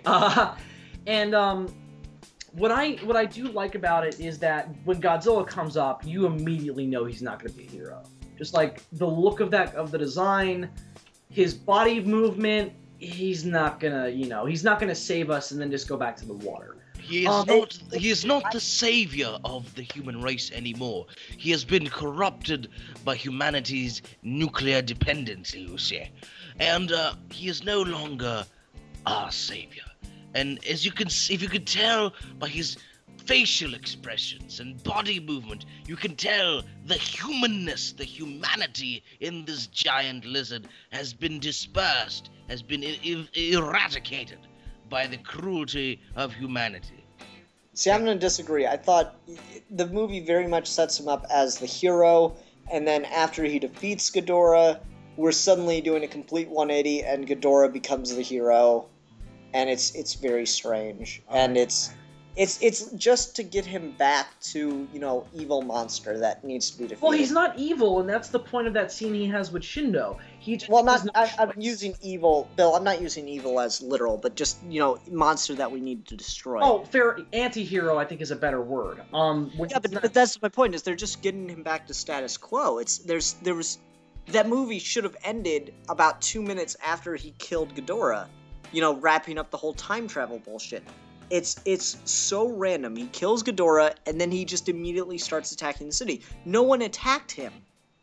Godzilla is very much a reactionary force, and he has no reason to be mad at people yet. No, not at all. Godzilla is not reactionary. You see, he's the force of nature, and he has no reason to be mad at people. People didn't do it to him in this continuity. Yes, they did. No, it was a complete accident with the damn submarine. Yeah, but the fact that nuclear energy existed is why he turned into that monster. But look, the thing is, I don't know. I found that very problematic. Then the other thing that bugged me about that whole plot. Yeah, I can explain away all your grievances. And basically, well, I'm saying it's a giant lizard, and I just have to accept. No, it's not about the giant lizard. The giant lizard is cool. I'm talking about they had to find some sort of way of bringing in a giant mechanized King Ghidorah. Milan, shut the fuck up. The movie would not work without a giant. I think we should just kick Milan out because he. Milan, you're not making serious points right now. That's a problem. We're trying to have a serious conversation. What I'm saying is, it just brings him back to status quo. And the whole plot point with it was a submarine that we didn't set up in the plot earlier is problematic in and of itself, but it's not intentional that he became Godzilla. So humanity is not at fault. You don't blame a goddamn hurricane or you don't blame a tornado for throwing over a trailer. It's not the tornado's fault. It's your fault for parking the trailer there. And I mean, sure, the people put Godzilla there, but he shouldn't have survived. There's no reason that he should have survived down there. It's just there's so much going wrong with this, and usually Godzilla reacts by attempting to destroy cities because people are fucking with him. You know, No, but the fucking with was the thing that turned him into Godzilla in the first place in this continuity. That's the thing. I should have explained this before I had you guys watch this movie. In this continuity, Godzilla not only feeds on atomic energy, once he does it, he has to exuberate it. All right, fair enough. Aside But from the I'm saying, biological reason, he's not reactionary. He's entirely on the offense. In this continuity, in other continuities, when he's a superhero, it's opposite. Because what is a superhero if not reactionary? no, what I'm saying is, in Mothra, he was sleeping, and then he starts shit after they wake him up. No one woke him up though, Ian. It was the hurricane. Well, no, but no, they wake him up by they got rid of all the water that he was sleeping under. He would have woke up anyway, though. It just would have taken longer. No, but that's my point, is the people expedited that process. Maybe, but still, regardless of whether or not that water got removed, he still would have waken up. It's stated oftentimes when Godzilla is fighting the military that the only way you can even hope to defeat him strategically is that you accept the fact that no matter what you fire at him, he's just going to come at it regardless of how much it hurts him. Because of the healing factor that's in Godzilla 2000 and it's also in 84. So he's not reactionary. He's very much so on the offense. And the thing is, Ghidorah just happened to be there, and Godzilla, he just happened to get in Godzilla's way. Godzilla does not return to the surface because of Ghidorah. Yeah, and I got that, but I'm just saying he fights Ghidorah, and that's what the movie was all leading up to, was that fight scene between Godzilla and Ghidorah, where Godzilla is supposed to win. Well, my argument is that Ghidorah is not doing this of his own volition. He is. Yeah, but my point is, Ghidorah is the villain of the movie, unwillingly or not, doesn't matter. Ghidorah is the representation of the villain of the movie. Ghidorah is, the nuclear bomb headed for America or whatever that Superman has to shoot down. Ghidorah is the instrument of destruction, and Godzilla is our hero in this case. But he's not early on, though. He's the villain early on as well. But we don't see him when he's not the hero, Bill. We saw it in the previous two films. But isn't this a brand new continuity? But Bill, No, I it's didn't not. see the previous two films. I know, and I should have set that up for you. I apologize. Well, they do make reference to it. Not explicitly, but they do make reference to the previous fight. When they say he's been attracted to this specific point by the energy of Biollante. One question before we move on. See, in the flashbacks, the Godzilla source is obviously a land-dwelling animal. But since they, transport him to underwater, how the heck can he survive in there? Since he's essentially a T-Rex, like. Oh creature? no! He's what's the word? He's also an aquatic animal. They just don't show that. Okay. It's expounded Bill, upon in my the problem original that he's also aquatic. Bill, all the arguments you're making for this movie are dependent on seeing the others. So that's fair, but still. All right, and let me just say this. And that's fine, and I'm not going to complain anymore about plot contrivances if you're going to tell me they're explained by the other movies, but I will say this movie does not stand on its own very well then. No, not at all. And I should have set that up for you better. I apologize. It is my fault. But I still think that what the movie does is very well done. I have problems with this movie plot-wise as well, but I think the ending is not the problem. I think it's in fact the setup to that ending that becomes problematic because of the time travel, because there's so much other shit going on aside from Godzilla. And also, our human characters also get very much so buried under all this plot. Terasawa is introduced as potentially being interesting because he started out as a sci-fi writer, and then he got rich and decided to turn to literature. And they don't really do anything with that. I mean, he gets wrapped up in all this very out there... Bill, I just gotta say, I thought it was really funny that the sci-fi writer wants to establish himself as a credible writer by turning to nonfiction. And so he writes, so he's gonna write about a dinosaur that lived up until World War II and got nuked and turned into a giant radioactive lizard. Well, in this world, this stuff is considered, hard scientific journalism. I know, right? Yeah. Oh my god. But the strange thing about this, there are a lot of characters, there are a lot of plot points that seemingly don't really get kind of lost in the shuffle. But the thing is, all the characters to me at least seemed very quite charming and really quite. I was engaged by them. I do, yeah. I was engaged by the majority of them all. Look, all of them were, yes, some of them were, the people from the future were at first a little bit flat, but then, they kind of, they made for good villains. But I love the robot. I love the scene where basically, the girl from the future basically, basically reprograms him. And she uses a disc to reprogram him, and I found that to be amazing. I remember watching this movie as a kid, and it was just, I remember watching that scene. I remember this film being more badass than I rewatched it now. Oh, and there's hi Milan's mother. We're recording. Why are you so rude? I need to zdrastie. Milan, can you mute your microphone while this goes on? Yeah, no, I think that the human cast starts out as potentially being engaging, and they tend to have more of this film, the humor that I like in Godzilla characters, because we're able to infer more about their personality without it being expounded upon, in other ways. Like Terasawa has this kind of quirky, rich guy, kind of klutzy nature about him, but it's not shown enough where I think it's effective. The rest of the cast, I think, are boring. I don't like the main paleontologist. I think he's pointless. Shindo is amazing. Definitely one of my favorite Godzilla characters in general. But aside from that, most of them are fairly kind of forgettable and just seem to be there to keep this whole humongous scenario going. Yeah, the other strange thing is basically the writer starts to get a little bit infatuated with the future girl, but then it turns out yeah, I know, they get they start talking, they're flirty, whatever. But then at the end, she's like, "Oh, I'm one of your, you're one of my ancestors." That was so. And the look on his face, he's like, "Oh, dodged the bullet there." It's like time to go home and take a cold shower. Anyway, definitely creepy. I agree. On that note, guys, the real Manos would like to Skype in, so I'm gonna add him to the call. Oh shit! Brief. This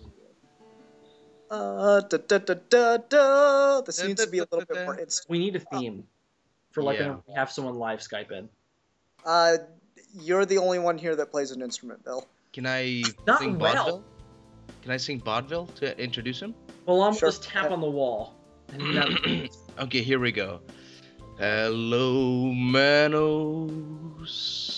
Welcome to the show. Hello, Manos. Welcome to Geeky Gentlemen. That is an awkward place to suddenly come in. Hey! Hey, Manos, you there? Yeah, I'm here. Can you hear me? Yeah, we're fine. Awesome. Hi, guys. Hey! Mulan was just singing to introduce you to cover up the awkward transition of Skype taking forever to connect you through. It was awesome. Awesome is subjective. Thank you very much. I don't often get introduced through song. Yeah, I know. Shit. In that way, you share a good connection with Mothra. Yeah, totally. But yeah, Manos. Let me just say, everybody, we weren't sure, since Milan came in to this video late. We weren't sure he was going to be able to come on, and I know Manos is Godzilla fan, so I got on Twitter. I was like, "Hey, could you get on Skype?" And I wanted to see if you could join us for the show, but that didn't happen, or he didn't get a hold of me until just a couple minutes ago over Skype. And I was like, "Hey, you want to Skype in anyway?" And it's a segment I've been trying to get off the ground. We're having a moderate success with it as of late. So, Manos, what would you like us to talk about directly about Godzilla? Woo!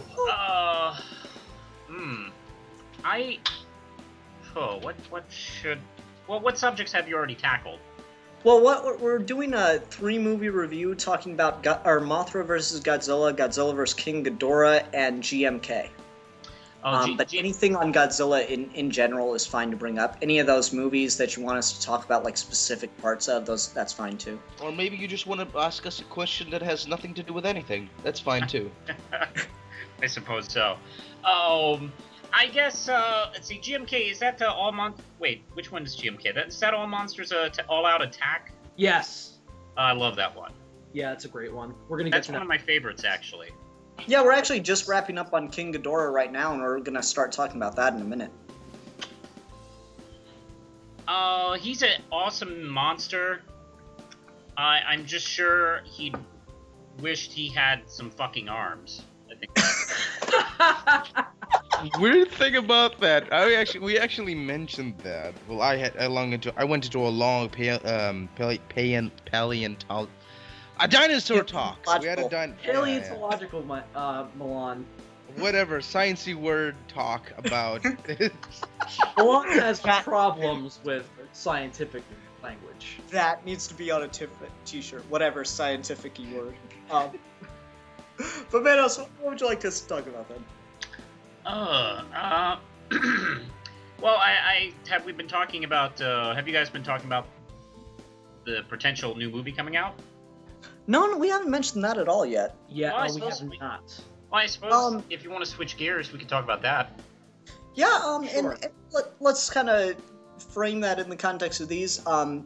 If you don't mind me changing the question a little bit, based on these three movies, what elements of it would we like to see enter into the new one? And I'm gonna say, take the great visuals that you get in a lot of these, and some of the really cool ideas for the visual effects. And I don't even mind the time travel. Take that and try to make a good plot. I don't need the time travel so much. The only thing really from these specific ones I'd like to see carried over, and I know a lot more about the movie than I should going into it, so I won't mention it, but I would like them to carry over Godzilla being a destructive force of nature and leave the superhero part of it out of it for now. Bring that back in later when it makes sense. I like Godzilla being introduced to a new audience through his original incarnation, being a destructive force of nature and created by the H-bomb. So I like that that's the tack that these three movies brought to this with his characterization. I think that's something they should continue. I think he should be introduced earlier than 20 to 30 minutes into the movie. I think if they were to, and since they are going to be remaking this Godzilla franchise, I think they shouldn't shy away from the more fanciful aspects of Godzilla lore, like we said before, the time travel, the kooky aliens, don't be afraid of giant monster costumes, because they are the things that, if you want to do it all CG, that's fine, because CG has evolved to the point where, yes, you can bring a giant lizard to life and make it look realistic, but honestly, more so than the suits at this point. Yes, that's right. But that they do CG in the new film. Yeah, but the suits, I'm sure maybe if they can sort of incorporate a mixture between CGI and the suit technology. But yes, I hate to see like the gritty Nolanized version of Godzilla. Like he's. Oh no, that's exactly what I want though. I want this. Nolanized, but I would like a gritty. I basically want them to take the same tone as the original.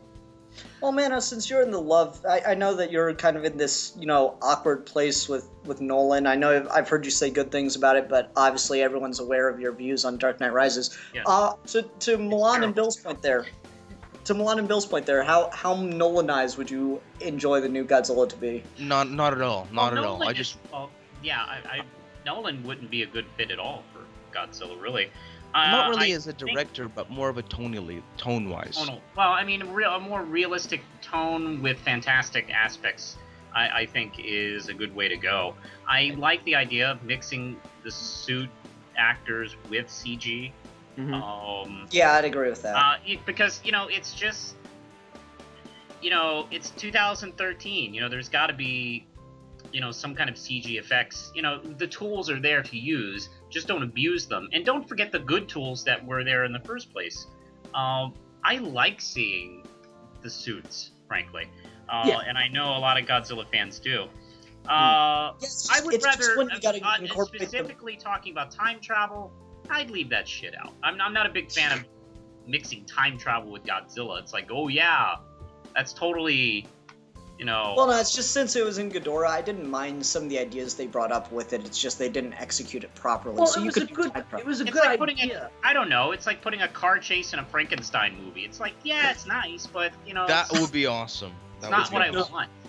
As long only if Frankenstein is driving a hot rod. Yeah, that's what A well, monster first off, I'm a little over time travel at the moment. I think it's extremely overused. Uh-oh. And I mean, geez, if you're gonna put time travel in another Godzilla movie, why don't you put zombies in it too? Ouch. That would be awesome. There's actually. You're gonna hate cool, us. You're gonna hate us for the next couple of weeks, man. I'm No, scared. Well, you're but, gonna hate Ian mainly. You're gonna there's hate this Ian epic mainly. shit- Milan, shut up, shut up. Yeah, Milan, let me fucking talk, Jesus. No, there's this Sorry. piece of artwork floating around the internet where it's basically zombified Godzilla, and it looks fucking awesome. I'm not saying I want to see it in a movie, but it looks sweet. That might be a way to end, you know, the next series or something like that. Yeah, it would definitely be cool to see, and we saw it in the '90s series where we saw Godzilla degenerate from the nuclear radiation. I think that's a good way to, if you're gonna kill Godzilla in this new continuity, and I would like to see them do a couple films. I think that's definitely my favorite way of killing Godzilla. Since his regenerative powers make it difficult for that to happen. But I don't know, that'd be cool to see. But Manos, let me ask you as a Godzilla fan, what monsters Toho-wise would you like to see pop up in the new series? Well, I mean, good lord, all the classics like Ghidorah and Mothra. I like Biollante too, by the way. Yeah. That's I love fucking Biollante. awesome. I'd actually like to see Kong come back. It would never happen, but yes. I also like King Kappa. I like King Kappa a lot. And what's his name? The one with the big ears. Oh, Baragon? Baragon? Yeah, I like Baragon a lot. Baragon needs a movie where he doesn't die in the first 20 minutes of it. I know, no kidding. He's a badass. Yeah, he's the token black guy of the Godzilla series. Yeah, I Him don't know. and Anguirus just need to team up and just kick a bunch of monsters' asses, because they just get so much shit. Oh, I don't know, totally. just as far as the 2014 movie goes, just give it a goddamn plot. That's, just give it a plot. It's not that hard. Just give it a plot, please. Well, I don't think it's that hard if you base it on the original. Just have it be, or actually, I think the best foundation for a plot in our current climate is 84 Godzilla, The Return of Godzilla, because that's all about Godzilla in the modern world, and it's awesome for it, especially the Japanese version. I think that's probably the best foundation for a more realistic working of Godzilla in our modern political and film-wise climate. I think that's the best foundation. I also think that I suppose another good way to go is connect this series to the original film, which I think just about all the series have done that. Where, yeah, there's never been a Godzilla movie except for Megaguirus that contradicts the original. Yeah. And whenever they reboot the series, they always kind of start with the original film and kind of ignore anything that came after. Which You know now, what, I will say now I've kind of gotten used to that. It's like I will say this much for Yes. Toho. Give it this much credit. I mean, at least it knows how to handle a reboot, unlike DC, which just it understands to cut ties with everything that it doesn't want to be involved with anymore. Everything's a full reboot. The only thing that it calls back to is the original. I do like that about it. That's Toho very. needs to buy DC. That would be awesome. No, just like I was talking about this when we were doing the Justice League video. In DC before New 52, even you had characters like Flash and Wonder Woman, and to an extent Green Lantern, where their continuity was just so fucked because no one knew what to do with them for decades at a time. Yes. So you just have 16 different Flashes running around, and got Wonder Woman, and no one knows what the hell's going on with her. So I mean. yeah, it's like, everybody used to joke Hawkman for his screwed up continuity, but now everybody's Hawkman at DC. Except And that's I think awesome. Superman is the only one who is spared. What? Oh, totally. Superman? Yeah, Well, Superman's a badass now. They actually made no, him. I mean in terms of his continuity, because they got rid of everything. No, Yeah. I think his continuity's still pretty fucked up. The death part. Did he die or not? Was he still They married brought when he that up died? I don't know. Yeah, they brought that up early on that he did. except for that, I mean, they start with his origin again, so at least there's something. And plus, you know what? I gotta say, as much as I bitch about New 52, I think New 52 is almost a logical conclusion to what they've been doing over the last 10 years. I think they've been, since the late 90s, they've been fucking around with continuity, where I'd they agree didn't that- need to. I mean, how many reboots did Superman have before pre-52? I mean, before New 52? One, Every five, year five. had a new Every origin. 3 years, Jeff Loeb came in and wrote out all the John Byrne stuff by saying, "Oh, that was just programming" or something like that.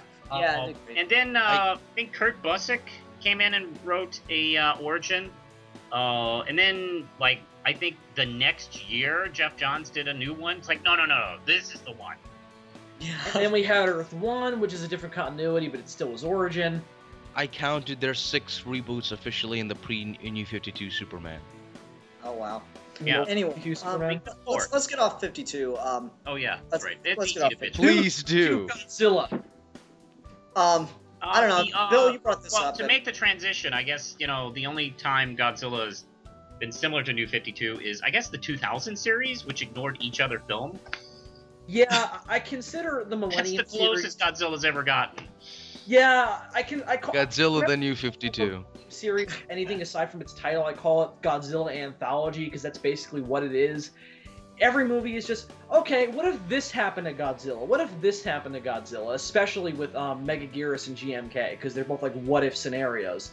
But the only one that doesn't really make it clear if it's a different continuity is, two. 2000 and Final Wars don't make it very clear, because they both just kind of throw us in. And they're just like, Godzilla exists, and this is what happens. Okay. I own Final Wars. I just have to watch that movie sometime. Oh, Final Wars is fun. I like it. Yeah. Final Wars is like, if you're a Godzilla fan, basically Final Wars is the greatest gratification of your fandom ever. I mean, if it's Well, like it's just basically Godzilla as Arnold Schwarzenegger walking around and kicking ass. If anybody wants to, I've used a clip from Final Wars in an episode of Geeky Gentleman when the Nostalgia Critic tried to kill Milan, so I want to watch it based on seeing that scene in context alone. Just because it'll make that scene funnier for me, or it'd make that sketch with the Nostalgia Critic funnier for me. I mean, Final Both, Wars is very he tried problematic for me, but it's just, there's so much about it that's so reverent for Godzilla history. That I can't help but dig it. Bringing back Godzilla's original son, bringing in the Gotengo, which is a classic Toho weapon. Just there's so much about Final Wars that is cool. That the fact that we focus on mutant soldiers through 40%, no more than that, like 70% of the movie, and Godzilla is basically just a big gun. I can kind of forgive it. Basically, Final Wars is the Grant Morrison version of Godzilla. Everything you want. Except Everything you... Except there's really not much of a plot after like 35 minutes into the movie. But that's fine, that's fine. It's just pure badass being injected into your cerebellum. It doesn't matter. If you've seen if you're a Godzilla fan who didn't see Final Wars, if you've seen Destroy All Monsters, that's the closest comparison. Just throw in mutant aliens. I love the scene where basically he obliterates Godzilla in Sydney. He basically... Okay. Anyway, Oh, I love that. Milan. Manos, you got anywhere to be, or do you want to just join us for the rest of the episode? Oh, what time is it? I can hang out for 20 more minutes. All right, that'd be cool. Yeah, we're gonna just move on to GMK and then probably wrap up. So yeah, this Skype in has turned into a guest appearance by the real Manos, everybody. Yeah. Awesome. Yes. Yeah, Anyway. finally we have a celebrity on the show. I don't know. We had Vince and Captain Logan, and Well, we didn't really have. They weren't really on by their own occur. Well, Captain Logan was. Vince was. Captain Logan, not so much. Well, Vince secretly, he's. I'll not talk about Vince, but basically, Captain Logan, Vince was kind of blackmailed. Okay, anyway, but since Milan can't wrap his mind around what he wants to say, I want to let me finish talking. No, we're gonna move. No, Milan, stop it. We're moving on. So anyway, funny kidnap joke. No, it's not funny because you've taken too long. Anyway, Okay. humor is all about one thing: What's that? timing. Oh. Anyway, so All right, so just real quick, out of 5, I give Ghidorah probably like 4. How about you, Bill? I actually agree with you. I give it a 4 as well. I give it 5 out of 5 little black kittens. Manos, any input on Godzilla vs. King Ghidorah? Is this the original one or the? No, this is the 91 version, the one with the time. 91. I really hate the time travel aspect to the story. But I guess maybe a 4. Okay. So yeah, we're all in fair amount of agreement about that. All right, so let's move on to GMK, the movie I haven't seen in forever, but once again, my defense is I was watching the news today like an adult. Ian, are you saying giant monsters attacking is supposed to be taken less seriously than terrorist bombings? Yes, I feel very comfortable standing behind that statement. Oh, you're such a nerd, man. I can't believe you. That doesn't, Milan, that makes no sense. Wouldn't it mean the opposite? No, it makes everything I say makes perfect sense. And that is the continuity in which Grant Morrison writes the universe.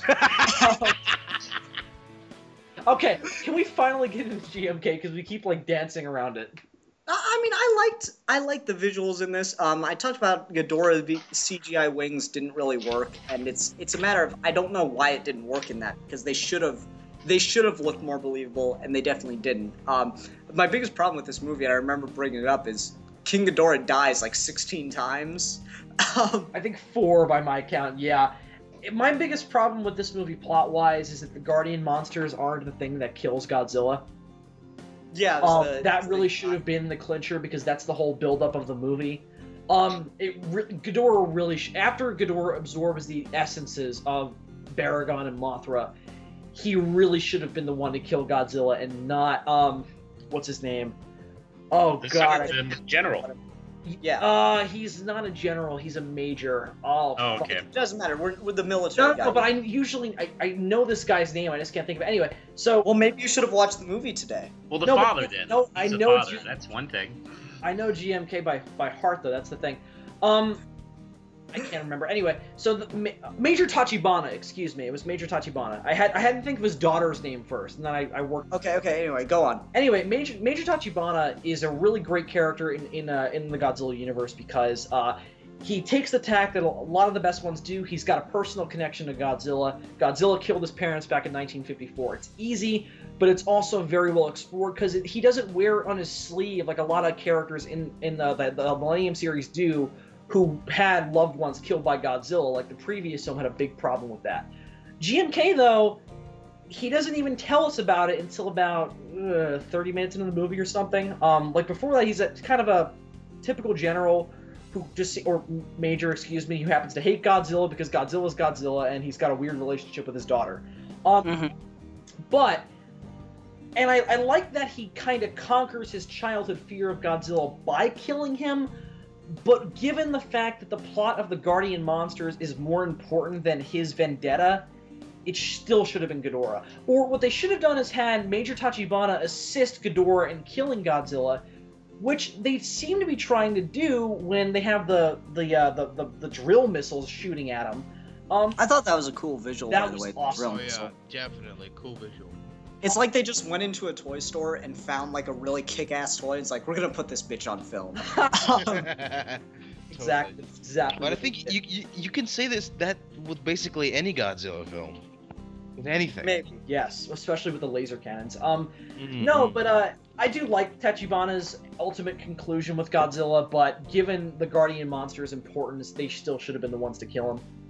Yeah, I mean, I like Mothra visually in this movie. There's just a lot in this that like doesn't quite work. I get why Guardian monsters are killing people like Mothra seems to do at the beginning. I don't get some of the just random stuff that happens. Like, I don't understand why the monsters attack Godzilla at different times. That seems stupid.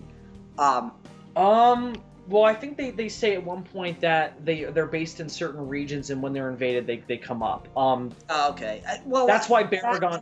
I don't get why the monsters are killing people. You know, there's the one. What's the because they need souls to activate King Ghidorah. Really? Yeah. That's a really bad Guardian. Well, they're not. They also make it clear that they're not defending the people; they're defending the homeland. Fair enough. That's a really bad Guardian. Yeah, that's like, well, hey, that's I'm gonna Ghidorah, kill you to guys, protect I mean. the world.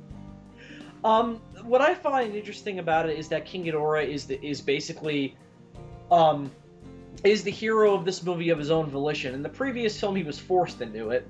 Well, in King Ghidorah, he was. But in GMK, he's just a hero, and Godzilla's the villain, which is. I always find it funny because I do like that the line is very clear in this movie as opposed to the other two. Or at least as opposed to the last one. It's very clear who's the villain in this film. Oh, I mean, look at Godzilla's design. He's the fucking villain. I know, he has white eyes in this one. Yeah. Oh god, Yeah. Godzilla's so sexy. So is Batman a villain then? Oh. Oh god, that is I just took this hysterical. into a weird place. And I You meant just that, took it, you just took it into the Milan zone. and I meant that in the least creepy way possible. Hold on. Milan, just based on what you said, I have to do this. There is a fifth dimension, beyond that which is known to man. Dimension of time and space colliding. Dimension of imagination. It is a place we call the Milan zone. Nice. Anyway, yeah, I used to have that Godz- memorized, now I don't. Okay, basically Godzilla in this film yes, he does look like a villain, but he just looks just insanely badass. This design is amazing. And I It's also- I'ma fuck you. It's an I'ma fuck you up Godzilla design. It's probably the Very most much evil so. Godzilla we've seen since the original film, actually. I mean, he yeah, just and kills what I, and kills and kills in this movie. yeah, Yeah. What I like is that it is in fact the same creature, which we get very rarely in Godzilla. Usually, when it's a new Godzilla after the original, it's clearly a different creature. This one's kind of a ghost. Not like a ghost in the sense of it's a spirit, but it was brought back to life through means of, again, the souls were. See, Ian, let me explain this in the least convoluted way possible. The Guardian Good luck. monsters are souls of those who live in the homeland. Godzilla is activated by souls who hate the homeland. Okay, because what Godzilla in this movie is, and they explain this very briefly, every single person who died at the hands of Japan in World War II went into Godzilla. Oh, so it's like Godzilla is like the American soldiers and stuff, or what? Americans, Filipino, anyone who, or Chinese, anyone who Japan fucked with in World War II is in Godzilla. That's why he's so powerful. So Grandpa's Okay. ghost is in Godzilla. I mean, that makes more sense, but at the same time, it's just... There's a lot in this movie that, like... It seems like that's just a contrivance to get him back, as opposed to the major plot point, That's you an know? interesting idea, I have to say. I mean, it's an interesting idea, but, like, they don't explore it enough, because as Bill says, if Bill has to explain it to me, then it's not established firmly enough. That should have been the main focus as a plot, as opposed to an explanation to bring Godzilla back. That's a good point. I've seen the film a couple of times. I actually really love it, and I forgot about that part. Yeah, the problem. And that is an interesting idea where it does even though it's a spiritual concept instead of a Scientific. explanation, it's kind of the same thing, which is a theme in a lot of Godzilla, is that karma's a bitch, and Japan is paying for its past sins through Godzilla. Interesting enough. That is actually a very good point, man. But it's strange because like whenever they do like bring up an excuse why Godzilla has to get back, usually it's really simple. He just comes out of the ground. But with Godzilla movies, they have this weird tendency of just throwing out really bizarre and out there concepts just actually like in a second, and like you're just supposed to like grab onto them and keep and that this should Like at explain a certain everything. point, it just seems like it's something for the fans to say that this makes sense, even though it really doesn't. Oh, chocolate. Personally. Like, I'm not gonna. That sounds mean, and I don't necessarily mean it in every sense. I mean, clearly they're trying to explain the plot, but they don't want to make it a plot movie because I made the same point earlier. It's a fucking monster movie. I want to see Godzilla fight stuff. I don't want them to spend all this time on the plot. But if you're going to focus on the plot, then you have to do it better than that. You can't have it both ways. You can't say, well, we're just trying to make a monster movie, but our I don't plot think doesn't they make are sense. trying to have it both ways, though. I think that the movie needed more time to cook, so to speak. Well, like, let me finish though. You can't say we're trying to just make a cool monster movie and we're just trying to get the plot to work around that. And then you also can't say that we have a really interesting plot here, but it had to be sacrificed for monster movie aspects. But then why did you wait half an hour or 45 minutes to introduce your damn monster? You know, It's introduced far before that, though, Ian. It's introduced in the first 10 minutes. Well, no, I'm talking about in the other two movies more in general. GMK is definitely the best of these. Clearly. That's what I said at the beginning of the video. I have the least problems with GMK, but I mean, it still has the same problems that all these movies have. Those movies have them more up front. These movies or GMK has it more in retrospect. Yeah, and I think that the movie does a fairly good job of moving the audience along to cover up where the plot is not expounded upon. I think the movie is very well paced in that regard. I do agree with you that sacrifice is the explanation. I just think that what this movie needed was more time to cook. It's shocking to me that the movie is as good as it is when it was made as quickly as it was. Because they were just knocking out Godzilla movies in the early 2000s. I mean, you gotta think of it this way. They started the Millennium series in 1999 and ended it in 2004. And how many movies did we get in that time? 6. Wow. That's a lot. Yeah, so they were pumping them out, and to be fair, they're not in the same continuity, so they don't have to worry about scripts coming out at different times. But still, it's still a thing to consider. It doesn't excuse the movie. I'm just trying to give some context because I think it's interesting. I do think though that of all the Millennium Godzilla films, GMK needs the least amount of fans to come in and explain stuff. I think.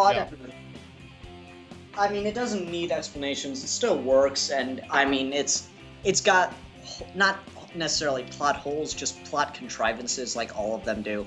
There are parts of it that don't really work when you think about it. But as far as an experience of just sitting back and enjoying a fucking monster movie, you get 3 different monster fights, and one of them lasts 20 minutes. So that ending fight lasts. Well, counting it as one fight with Mothra, yeah, but Ghidorah's one is actually fairly brief, considering the amount of filler that happens in between it.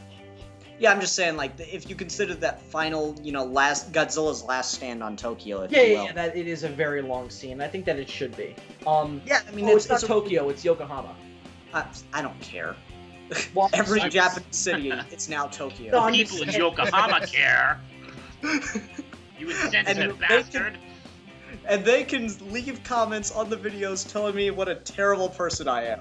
I'm just pointing it out. Just like always. Yeah. I don't know. I just exist to contradict your own points. I don't know why they ever have Godzilla attack any other city except Tokyo. That would be so much funnier if it just everybody's like, oh my god, Godzilla's attacking again, and you just got people just move the fuck out of Tokyo, and you'll be fine. Basically, Tokyo is Godzilla's Gotham. No, Tokyo is just Tornado Alley for Godzilla. Very much so. Or Marvel's New York. Yeah, there you go. Why do people live in New York? If I lived in the Marvel universe, I would stay the fuck out of New York.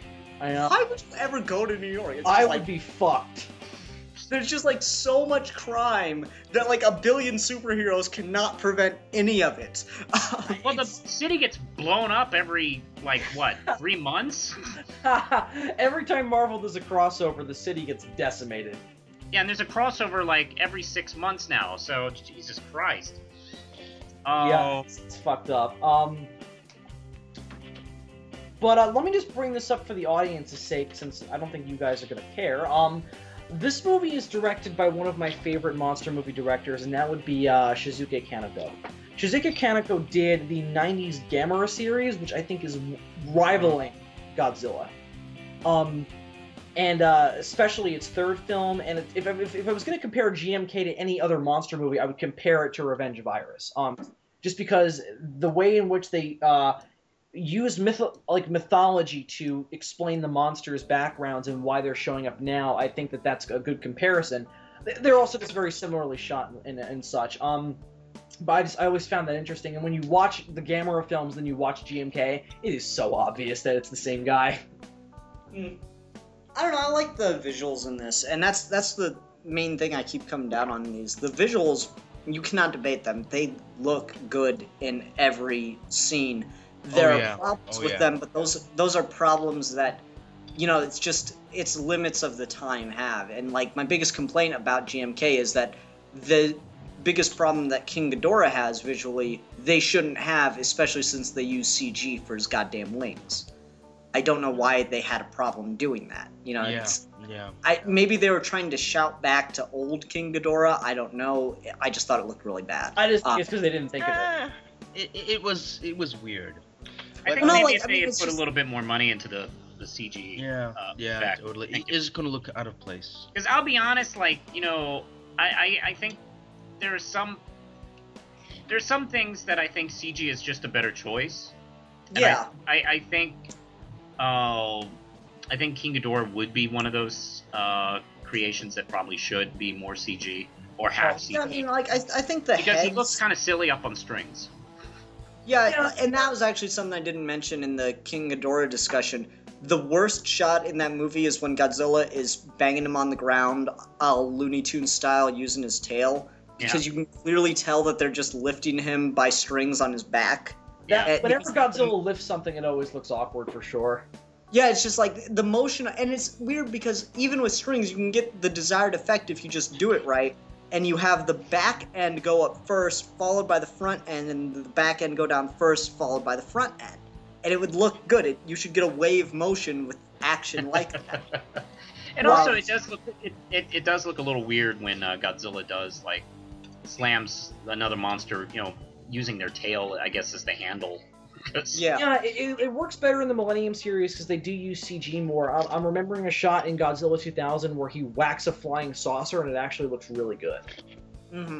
Yeah. Fair enough. I'm just saying, like, they had issues with some of those things, and just, like, it stands out. But overall, like, by and large, the effects look great in all of these. My biggest problem with it is just, with Ghidorah especially, is just when you don't have those wings moving right in those flying scenes, it loses the scene for me, because otherwise it would look badass, but my eyes just go straight to the wings that aren't moving. It's the same problem I have with Justice League and Hawkgirl. Yeah. The wings should be fucking moving. They're wings. The interesting thing about all these Godzilla movies and the fights and the visuals in itself, it's weird because most of these movies, like we all agree, look amazing. Like in this movie and the last movie, these movies have amazing visuals, but they are very nitpick. If you're a nitpicker, you can just obliterate these scenes completely. And I'm not trying to nitpick. I'm just saying these are the things that if I noticed it, then it's a problem. You know, there's a difference between nitpicking and seeing very obvious things that they should have worked on. You know, nitpicking to me would be like, you know, Bill mentioned that I nitpicked GMK at one point when I said Godzilla's toes didn't curl properly. I mean, yeah, I guess that's a nitpick in retrospect. It's one shot, Ian. But no, it's just, if you're going to do a close-up, then you should see it happen naturally. Yeah, I don't think it matters. I think it's inconsequential. No, I'll accept that as, sure, that's a little nitpicky. That's just a problem with the depth or the believability of these suits. And that's at that point you should be switching to CG. You know, if you're going to do close-ups like that and you want things to look better, that should be in CG. Which, let me just say, I don't think I mentioned this when we talked about the new one earlier. I think that they need to use motion capture for sure with the monsters, because that's the closest thing I think you can get to mixing the suitimation with the CGI. I think that they definitely need to go for like Rise of the Planet of the Apes level CGI. That's interesting, because if you do that, you got a weird kind of it's strange because it all depends how they light it. Because if they have these Godzilla movies in the daytime, see the Godzilla and the American Godzilla during the 90s, it had its problems. It's not Godzilla. It's basically a giant raptor in New York, but they shot. It looks amazing. You don't get a full view of that monster in the daylight. You do get like a tail or a foot or something, but never in the fully body in the daylight. But in the night, as they have like spotlights all over it and it's roaring, it looks amazing. Yeah. Darkness hides CG fantastically. Oh, definitely. I would also say it works for suitimation the same way. Godzilla looks better at night. Let me just say this real quick. That shot we did with the Robin episode with Rob with the Batmobile in his garage, that thing looks actually fairly believable, and it's simply because his garage is really dark.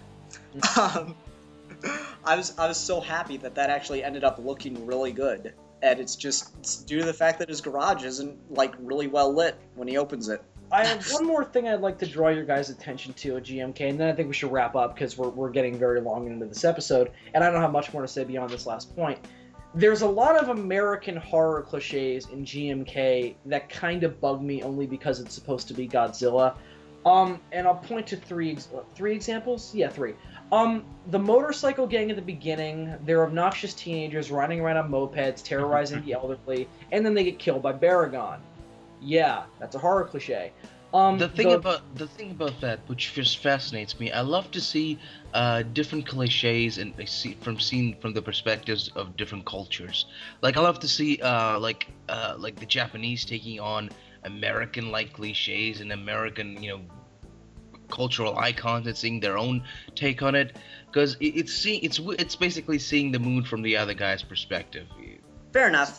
But Bill, go on. Yeah, the other one I'll point you guys example to because I don't think it's necessary to point to all of them. Is the Mothra lake scene where the teenagers are terrorizing the convenience store. They go out onto the water and Mothra kills them. It doesn't really do anything for me because, as Ian was pointing out, these are supposed to be guardian monsters, and yes, there is a reason for why they kill people, but still, it feels like we're making a big deal out of something that doesn't need to be a big deal. I think it would be far more effective if these monsters would come to life and we wouldn't even show them destroying towns, just random towns start being wiped out overnight. And then I don't think you should be killing humans. I don't think our heroes, quote unquote, should be killing people. Well, the guardian monsters are not really supposed to be heroes. They're supposed to be a means to an end to kill Godzilla. They're supposed to be, I think they're going to be the villain. They're the heroes of this movie, not as far as the monsters go. I think they're just not really meant to be as heroes, quote unquote, but kind of almost as weirdly traditional, spirit land gods. Like kind of. My problem with it is at a certain point in this movie, I don't know who the fuck I'm supposed to be rooting for. Because sure, Godzilla's killing people, but so are these fucking monsters. Well, but Godzilla is killing more people. And that doesn't mean anything because I understand what you're talking about, but I forgot who made the point. Yeah, there are godlike creatures, which I think are kind of beyond good and evil in a weird way, where their objective is to stop Godzilla from the They're very immoral. Yeah, they're very immoral. Yeah, I mean, these characters aren't, John McClane. The ends justify the means. The ends. Like if John McClane just shot some child because it was in his way. No. I just need to see a big King Ghidorah. Thing. I just need to see King Ghidorah say "Yippee-ki-yay, motherfucker." That needs to happen. Yeah. Well, he so did. He just said it. He just said it in Ghidorah language. Oh, cool. It's interesting. So basically, that's a way of explaining away the fact that they kill people. They're just amoral guys, amoral spirit, land gods that say that the ends justify the means. Yeah. Yeah, I get that, but they're not working on our level of morals. And it's made very clear in the movie. They bring that up. Fair enough, but at a certain point, are we supposed to be rooting for them or not? No, you're not. You're supposed to be rooting for the humans dealing with all this shit. Oh, yes. But the humans are actively pursuing to get these monsters awoken, so are humans therefore indirectly responsible for the people's deaths? Ian, at no point do they pursue waking up the monsters. The monsters just wake up and they react to it. I could have sworn there was a couple scenes where they were trying to figure out how to wake up Ghidorah. No, not at all. They read a book thinking about of Jason Goes to Hell. Yeah, well, they read a book about what the guardian monsters are because they start to think that it's actually happening. Because they think that Godzilla's coming back, just based on a couple of stupid prophecies, right? And then, once they do find out that it is happening, Baragon is already up and at it. He's already doing shit. Godzilla's already up and doing shit. Mothra's up and doing shit, and we see Ghidorah still sleeping. The thing is, the scene I think you're referring to, they're just tracking Baragon. They want to see where he's going because they think it'll lead him to Godzilla. Where okay. You're referring to the scene where they're like following Baragon. Yeah, that's my fault then. Like I said, it's been a while since I've seen this. Fair, I'm not criticizing you for it. I just wanted to clear it up for our audience. Yeah, that's fair enough. I'm just saying, like, it was such a weird place for this, because I feel like the movie was trying to get me to root for the other monsters to defeat Godzilla, and that's problematic for me when I see these monsters killing people in the beginning, and I have no reassurance that after they defeat Godzilla, they're not going to be just as big a problem. There's one scene where I agree with you, and I think it's overplayed, not to good effect. It's where the news helicopter is watching Godzilla fight Baragon, and they're trying to make it out that Baragon is the lesser of the two. He definitely is, because Baragon is killing people just so he can kill Godzilla, as I established earlier. But still, I don't think that we need a news broadcast to say, run, get him, jump! I don't think that that's necessary. I mean, we see that Baragon is 1/3 the size of Godzilla, and that we know from earlier that he's there to get rid of him so that way Japan can survive in some form. I don't think the news helicopter was necessary.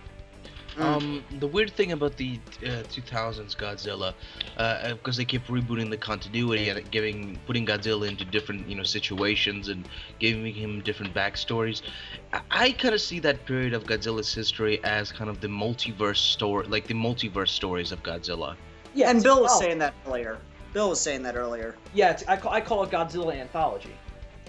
I remember a Godzilla producer actually talking about how they were, for this series, thinking Godzilla in different terms, like thinking of Godzilla as a performer, as an actor in different roles in the series. Oh, that's very interesting. Which was kind of their approach, which is why it was a good guy in some, a bad guy in some. And that's fair enough. I'm just saying, in this movie, it's just a messy thing with... I think it needed more clearly defined hero in this, as opposed to the person... It's Yuri. Yuri is really the one we're rooting for, because she's the one at the heart of it all. Yeah, but she doesn't kill the monster. Her father does. Yeah, but because of her father is able to do it. I actually thought the relationship... Well, I mean, she was a viewpoint into this storyline as on a human perspective, and her relationship with her father is very important to killing Godzilla in this film. And actually, it's one of the more human relationships in the Godzilla series, I thought. Without a doubt, yeah. I don't know. I mean, when he gets out of that alive and he sees her on the bridge, I almost choke up a little bit. I'm happy to see them reunited. Enough. I mean, that's a good scene. It's all the more tragic when he says, back up, we don't know about the radiation yet.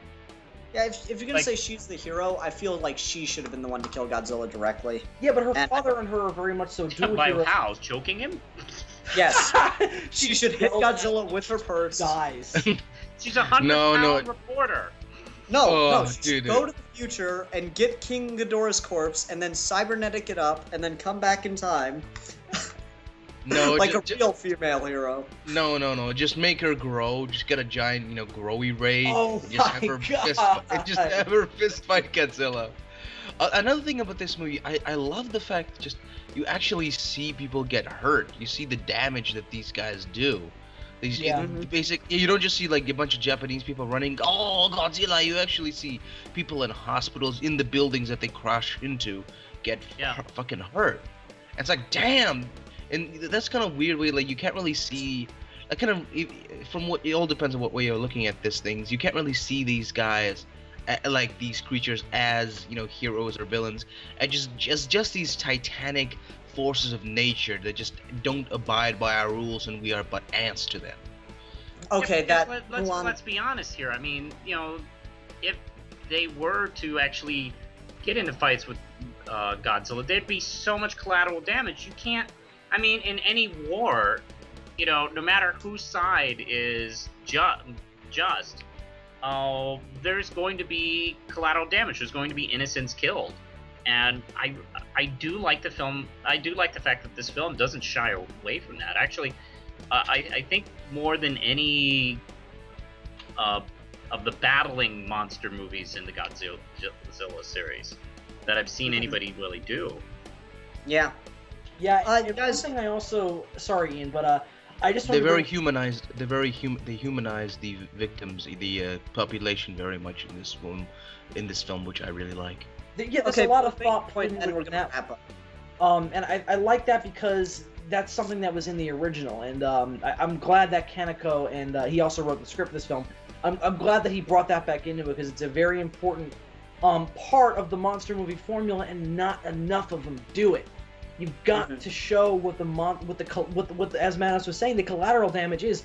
What happens to these people once the monster leaves, and not enough movies do it.